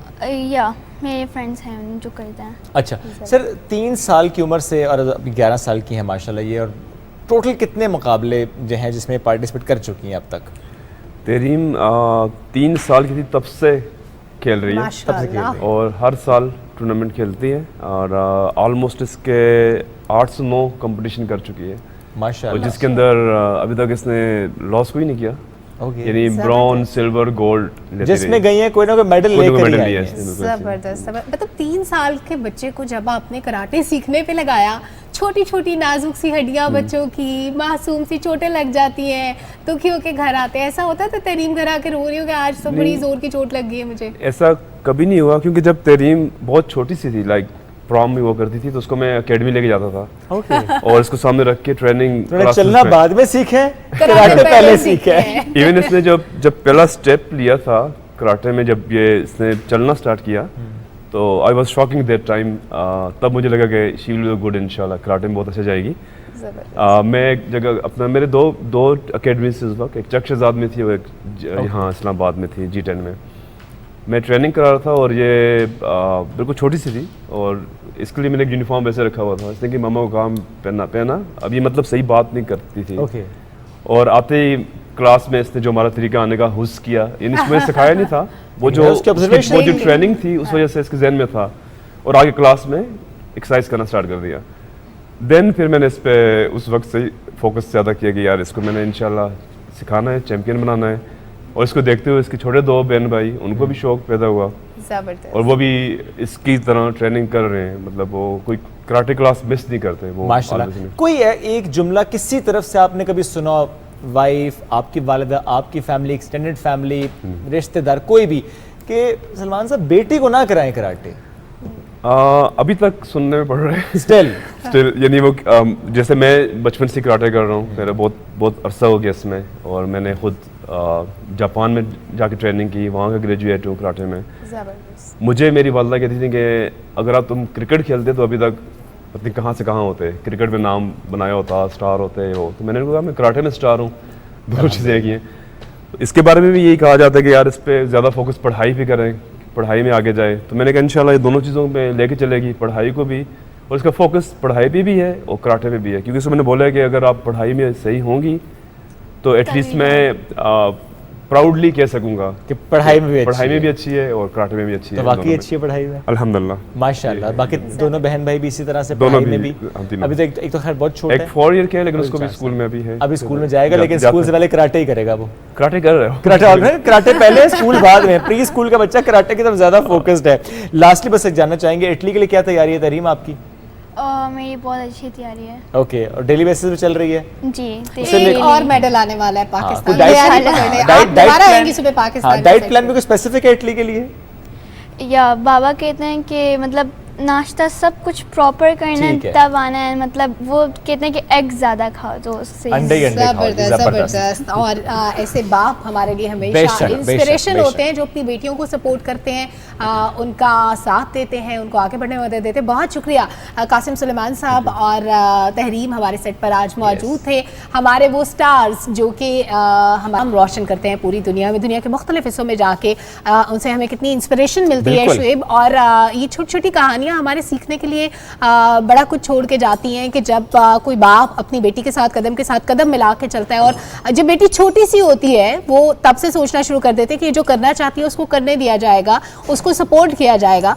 तो मैं कहती हूँ कि इससे ज़्यादा इस रिश्ते की खूबसूरती क्या हो सकती है कि एक बाप इस चीज़ को समझे, इस बात को जाने कि बेटी को सपोर्ट करेंगे तो एक जो आने वाली एक जनरेशन है पूरी, उसके लिए एक रास्ता बनेगा। एग्जैक्टली। चलें जी, आगे बढ़ते हैं अगले मेहमान की तरफ और खेल के मैदान की बात करेंगे। ये तो हमने कराटे की बात की, अब जरा फुटबॉल की बात करते हैं। और अच्छी खबर ये है कि पाकिस्तानी सर्टिफिकेशन के लिए दुनिया CFM फुटबॉलर फैजान समीर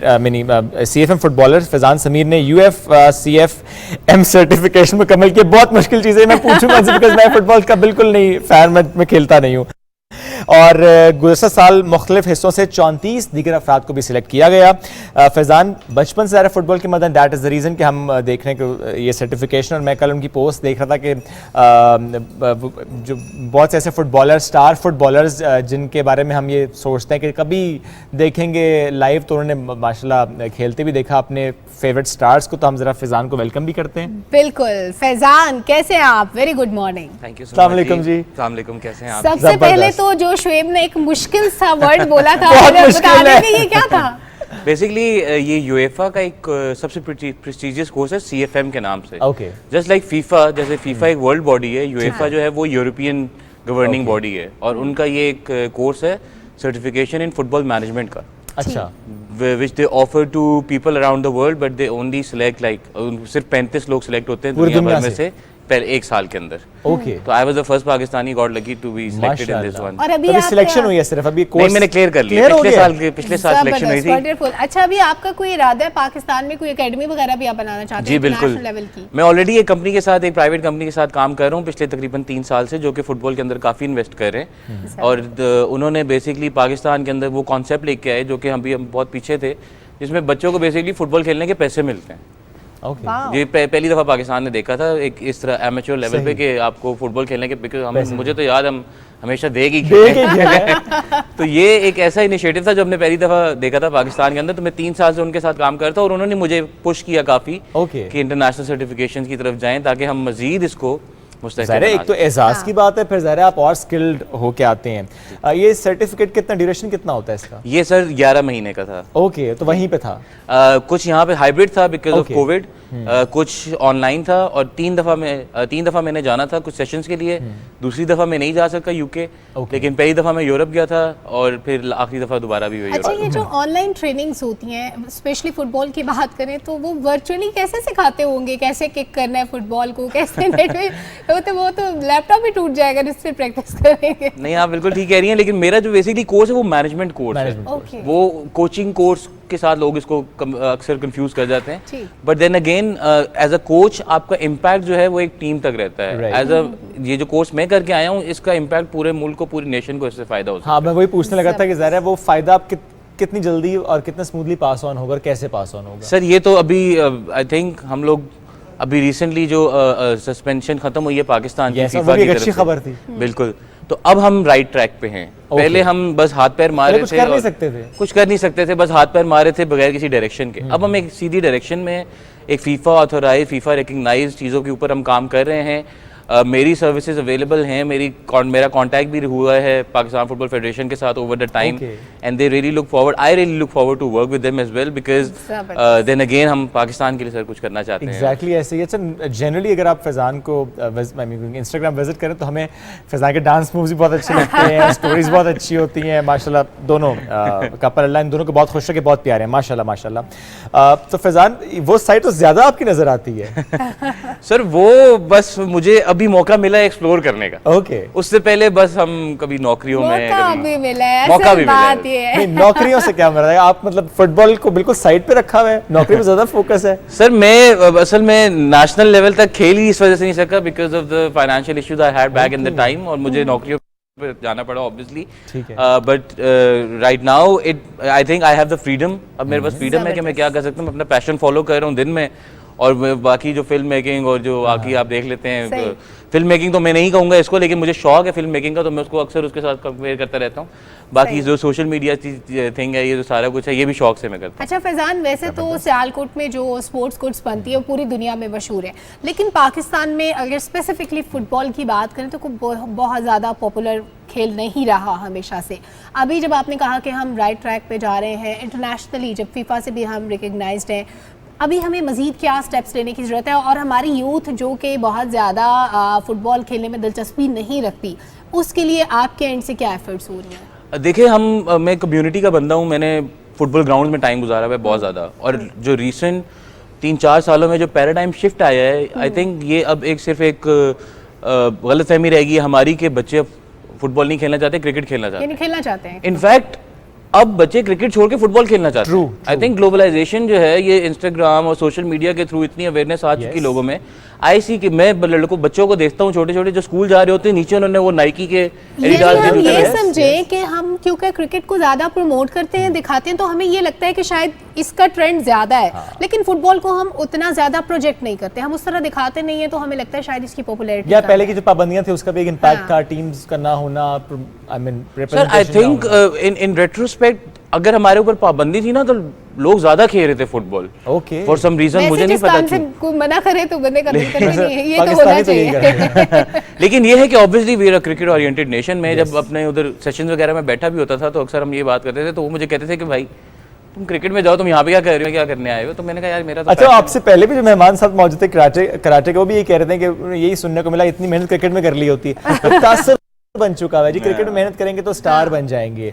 लेकिन जो स्टार बनने की बात है, स्टार फुटबॉलर क्रिस्टियानो को देखना लाइव, आई मीन खेलते, वो एक्सपीरियंस कैसा था? सर वो एक ऐसा एक्सपीरियंस है जो कि मैं लफ्जों में बयान नहीं कर सकता। आई थिंक मैं जिस एज का इंसान हूँ, मेरे लिए मेसी और रोनाल्डो मैं 30 साल का हो गया हूँ, तो मैंने अभी मेसी और रोनाल्डो को बड़ा होते होते मतलब खेलते खेलते देखा, उनका पूरा वो टाइम देखे।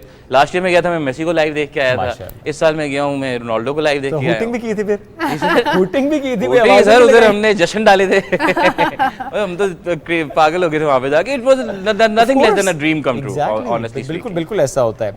अब मुझे ये जानना है आपसे कि ज़रा हम इन्होंने भी कहा सलमान है कि फुटबॉल बनने वाला मामला तो हम देखते हैं कि पाकिस्तान का बड़ा नाम है, और जिस तरह आपने कहा ज़रा सर्टिफिकेशन के बाद और जिस तरह पाबंदी हटी उसके बाद अब चीज़ें और बेहतरी की तरफ जाएंगी, बिकॉज एक डायरेक्शन हमें मिल चुकी है।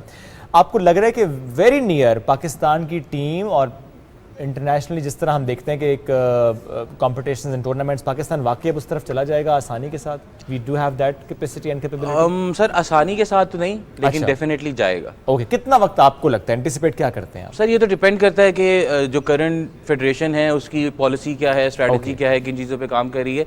एक चीज़ मैं आपको ज़रूर बता दूं कि अभी रिसेंटली जो सस्पेंशन हटी है सैफ गेम्स में, सैफ विमेंस कप में हमारी टीम की अभी आजकल जो है वो स्क्रूटनी चल रही है, विमेन टीम की। ठीक है, आजकल स्क्रूटनी चल रही है, उनके ट्रायल्स चल रहे हैं, कराची में कैंप लग रहे हैं, एक लिस्ट आ चुकी है प्लेयर्स की जिनको कॉल आउट कर लिया गया है। तो वो मोस्ट प्रोबेबली अभी don't quote me on this कि इधर नेपाल है या श्रीलंका है, वहाँ पे जा रही हैं खेलने के लिए। अच्छा, इंशाल्लाह। तो, जी इंशाल्लाह। तो अभी मेन टूर्नामेंट भी आने वाले हैं। हम यूजुअली हम लोग एशियन AFC के अंदर हम आते हैं, जो कि एशियन फुटबॉल कन्फेडरेशन है, उसके अंदर 46 मुल्क हैं, जिसमें से पाकिस्तान आई थिंक 43वें नंबर पे है।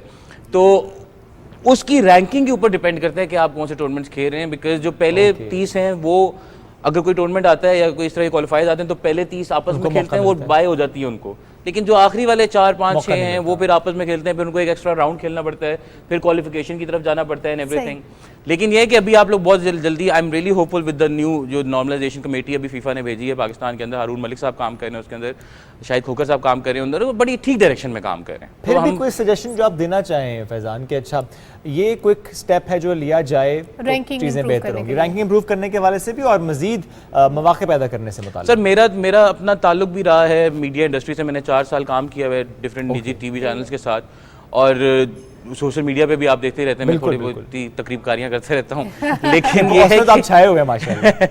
लेकिन ये है कि मुझे लगता है कि हमारे बहुत सारे इश्यूज हैं, लेकिन स्टेप बाय स्टेप मेरा तरीक़ेकार जो मैंने सीखा भी कोर्स से ये है कि भाई एक्शन प्लान लेना है अभी का, आज से 5 साल का बाद नहीं कि हम ये करेंगे हम वो करेंगे। मेरे ख्याल से जो हम लैक करते हैं ना सर, वो फुटबॉल की ब्रॉडकास्टिंग है टीवी के ऊपर। बिल्कुल ठीक बात है। हमें एक, मैं नाम नहीं लूँगा क्योंकि वो प्राइवेटली ओन्ड एक टूर्नामेंट है, आता लेकिन PTV के ऊपर ही है, हर साल में एक दफ़ा, हमें सिर्फ उसका पता है, एक कंपनी ने स्पॉन्सर किया हुआ है, जो चित्राल के अंदर के PA के अंदर फुटबॉल टूर्नामेंट होता है। बाकी हम लोगों को किसी चीज़ का नहीं पता, क्यों? क्योंकि हमारी टीवी स्क्रीन पे वो आता नहीं है। आई थिंक अगर हम ये छोटे छोटे डोमेस्टिक लेवल पे भी जो टूर्नामेंट्स होते हैं इनको ब्रॉडकास्ट करना शुरू कर दें तो उससे चीज़ें बेहतर होना शुरू हो जाएंगी। नहीं, ये बड़ी अच्छी सजेशन है, और जो जितने भी sports channels including PTV for sure, ये ब्रॉडकास्टिंग की तरफ जा रहा है, हमें और चीज़ें बेहतर करने की ज़रूरत है। There is always a room of improvement, और ये सजेशन आपकी बहुत वैल्यूएबल है। ब्रॉडकास्टिंग के अलावा अकेडमीज़ के लेवल पर अगर हम देख लें, चूँकि if I am not wrong तो हमें ज़्यादा फुटबॉल ना कराची में नज़र आ रहे हैं, हमें लियारी में नज़र आ रहे हैं, हमें वहाँ पर ज़्यादा लोग खेलते नज़र आ रहे हैं, बहुत अच्छा खेलते नज़र आ रहे हैं। कराची के अलावा आपको किस शहर में ज़्यादा बेहतर या पोटेंशियल नज़र आ रहा है?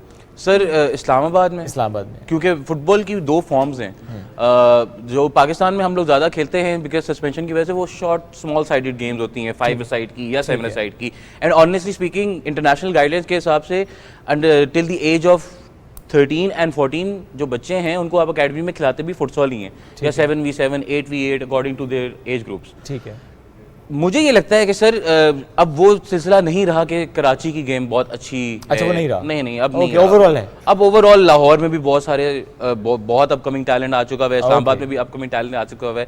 जो मेरी सजेशन की आप बात करते हैं जो कि मैं खुद भी जिस पे पर्सनली मेरा अपना बेबी है, अपने प्रोजेक्ट पे काम कर रहा हूँ विद 18 जिनके लिए मैं नौकरी कर रहा हूँ, बेसिकली हम लोग लैग करते हैं सर ग्रास रूट लेवल पे डेवलपमेंट। हमें नहीं पता कि बच्चों को फुटबॉल कैसे सिखानी है, हमें नहीं, हमारे पास, और इनको ब्लेम में नहीं करता बिकॉज हमारे पास ट्रेनिंग्स ही नहीं है, हमारे लोगों के पास उस तरह की एक्सपर्टीज नहीं है। उनको नहीं पता कि एक बच्चा डिफरेंट तरीके से रिएक्ट करता है, उसकी बॉडी डिफरेंट तरीके से रिएक्ट करती है, वो एज के और एज के साथ और चीज़ों में बहुत ज़्यादा इन्वॉल्व हुआ होता है, तो उसको आप अकॉर्डिंगली लेके चलते हैं। यहाँ पे जो सबसे बड़ा मसला ये अकेडमीज के अंदर मैंने देखा है वो अपनी टीम को कहते हैं कि भाई आपने जीतने के लिए खेलना है। आपने जीतने के लिए खेलना है, हार की एक्सेप्टेबिलिटी नहीं है। एग्जैक्टली और मतलब उस एज में खास तौर पे you need to let him or her love the sports. मतलब कि बच्चे को दिल हो यार कि मैं फुटबॉल खेलने जा रहा हूँ, जीत हार बहुत पीछे की बात है। तो हमें लगता है कि हमें ग्रास रूट डेवलपमेंट में काम करने की जरूरत है। मैं एक इंटरनेशनल स्पेनिश क्लब से भी मीटिंग भी करके आया हूँ which are more than willing to work with us as in the Pakistani football federation कि हम आपको ग्रास रूट सेटअप लगा के देते हैं, हम आपको डेवलपमेंट प्रोग्राम लगा के देते हैं। बट देन अगेन उसमें बाकी फैक्टर्स हैं कि फेडरेशन अभी ऑब्वियसली उनकी अपनी प्रायोरिटीज हैं, वो जो हैं वो तो उनके लिए तो एक इंटरनेशनल स्कोरिंग ही है, उनके लिए उनको जरूरत नहीं है हमारी, हमें उनकी जरूरत है। तो ये है कि अभी मैं देख रहा हूँ चीज़ें इंशाल्लाह अच्छी डायरेक्शन में जा रही हैं, विद इन 2 to 3 years हम लोग राइट ट्रैक पे आ जाएंगे और फिर उसके बाद इंशाल्लाह। और इसमें भी फैजान जो कि ग्रास रूट लेवल की आपने बात की, ठीक है, फेडरेशन का अपना रोल, एकेडमीज हर शहर में आपने कहा, प्लेयर्स भी हैं, टैलेंट अच्छा है, स्कूल्स में कॉलेज में we do have the grounds, but हमें ज़रा प्रॉपर ग्राउंड चाहिए फुटबॉल का, वो डायमेंशन एंड एवरीथिंग। ये नहीं बस कहीं भी खेलना शुरू कर दीजिए फुटबॉल आप, उसकी कमी भी है सर, उसी की तो सारी कमी है ना। जो मैंने आपको कहा कि मैं अभी अपने प्रोजेक्ट पे काम कर रहा हूँ, उस प्रोजेक्ट का नाम ही फुटबॉल इन स्कूल्स है। और वो उसमें जो हमारा मेन एम है, जो मेरा अपना विजन है, उसमें ये कि हमने करिकुलम का पार्ट बना देना है इसको। ठीक है, कि जो जहाँ पे हमें ये पता है कि अच्छा अंग्रेजी पढ़नी है बच्चे ने, उर्दू पढ़नी है, साइंस पढ़नी है, केमिस्ट्री पढ़नी है, उसके अंदर स्पोर्ट्स का भी ताल्लुक होना चाहिए। सिर्फ फुटबॉल की बात नहीं है, और क्रिकेट खेलते हैं अगर बच्चे यार, तो वो करिकुलम का पार्ट होना चाहिए ताकि वो उसको पहले पढ़ें भी, समझें। वैसे स्कूल्स में ये होता है नॉर्मली एक स्पेसिफिक पीरियड रखा जाता है बड़ी क्लासेस के लिए जिसमें स्पोर्ट्स एक्टिविटीज भी करिकुलम नहीं होता ना, करिकुलम भी नहीं होता। और एक और मसला क्या होता है कि फिर टीचर स्पेयर भी नहीं करते, अच्छा खेलने जाना है, नहीं भाई पहले पढ़ो फिर खेलेंगे। वो मतलब ये चीज़ बहुत निगलेक्ट हो जाती है कि बच्चे के लिए खेल भी उतना ही ज़रूरी है, उसकी फिजिकल एक्टिविटी, उसके लिए उसको टाइम मिलना चाहिए। देखिए अभी ये अवेयरनेस हमारे जो खासतौर पे इस एज ग्रुप के पेरेंट्स हैं, ये अब जब से ये न्यू मीडिया बेसिकली कहते हैं फ़ोन के ऊपर जितना भी मीडिया है और जो टीवी स्क्रीन्स हैं एंड वीडियो गेम्स हैं, जब से इसका वो ज़्यादा होना शुरू हुआ है ना, तब से पेरेंट्स को समझ आ गया कि नहीं यार, हमने अपने बच्चों को फिजिकल एक्टिविटी भी करवानी है, हमने उनको भेजना है। जैसे कि माशाल्लाह अभी पिछले गेस्ट आए हुए थे आपके, मेरी साथ गपशप लग रही थी, वो अब तहरीर में जूडो करती है, मुझे इतनी देख के खुशी हुई यार इस एज में ये जूडो कर, और 3 साल से कर रही है, 3 साल से कर रही है, ठीक है। तो वो जो बेसिकली मेरे ख्याल से, मेरे ऑब्जर्वेशन के हिसाब से अब पेरेंट्स ने अपने बच्चों के ऊपर स्पोर्ट्स वाइज और फिजिकल एक्टिविटी वाइज इन्वेस्ट करना शुरू कर दिया। पहले ये नहीं होता था, हम जब असर से मगरिब के लिए जाते थे तो मतलब कि हमें घर वाले भेजते थे कि यार तुम्हारा यहाँ पे इस टाइम कोई काम नहीं है, जाओ खेलने कूदने जाओ छोटे खा के आओ, ठीक है। पिछले कुछ अर्से में हमने देखा कि वीडियो गेम्स का बहुत ज़्यादा वो आ गया, फोन्स का आ गया, बच्चों के पास स्क्रीन टाइम बहुत ज़्यादा हो गया रिसेंटली, उसके इफेक्ट्स अलग जगह पे हैं। तो अब मुझे लगता है कि पेरेंट्स आर अवेयर इनफ कि भाई वो अपने बच्चों को फिजिकल एक्टिविटीज में इन्वेस्ट करवा सकते हैं। वो भुगत रहे हैं ना, स्क्रीन टाइम की वजह से भुगत रहे हैं, तो इसलिए वो कहते हैं कि नहीं अब दुरुस्त सम की तरफ हम चलते हैं। अच्छा, फुटबॉल के अलावा चूँकि ज़ाहिर है हमने से पहले बात भी की ना, as a social media influencer, जिस तरह वो उनकी वीडियोज़ हम देखते हैं, कंटेंट क्रिएटर हैं, कितना एंजॉय कर रहे हैं। मैं स्पेशली डांस की बात करूँगा, कितना एंजॉय करते हैं उसको? सर मुझे शौक से हमेशा से था, मेरे अंदर थे ये वाले असरात, मैं कहूँगा यूनिवर्सिटी के टाइम से। मैं अपने यूनिवर्सिटी में 4 साल मीडिया क्लब को रिप्रेजेंट करता रहा हूँ। उधर हम थिएटर, ड्रामा और डांस वगैरह सब कुछ करते वैसे थे। इसमें इस बात का आपने इतना डिटेल जवाब दिया, वैसे जैसे श्वेत ने पूछा था ना कितना एंजॉय करते, मैं एक्सपेक्ट कर रही थी जवाब आएगा इतना। Thank you very much Faizan Sameer, आज आप सुबह पाकिस्तान के मेहमान बने, जबरदस्त, बड़ी वंडरफुल डिस्कशन रही। कल फिर हमारे साथ नए मेहमान होंगे, नया दिन होगा, नई खबरें होंगी और हम दोनों पुराने होंगे।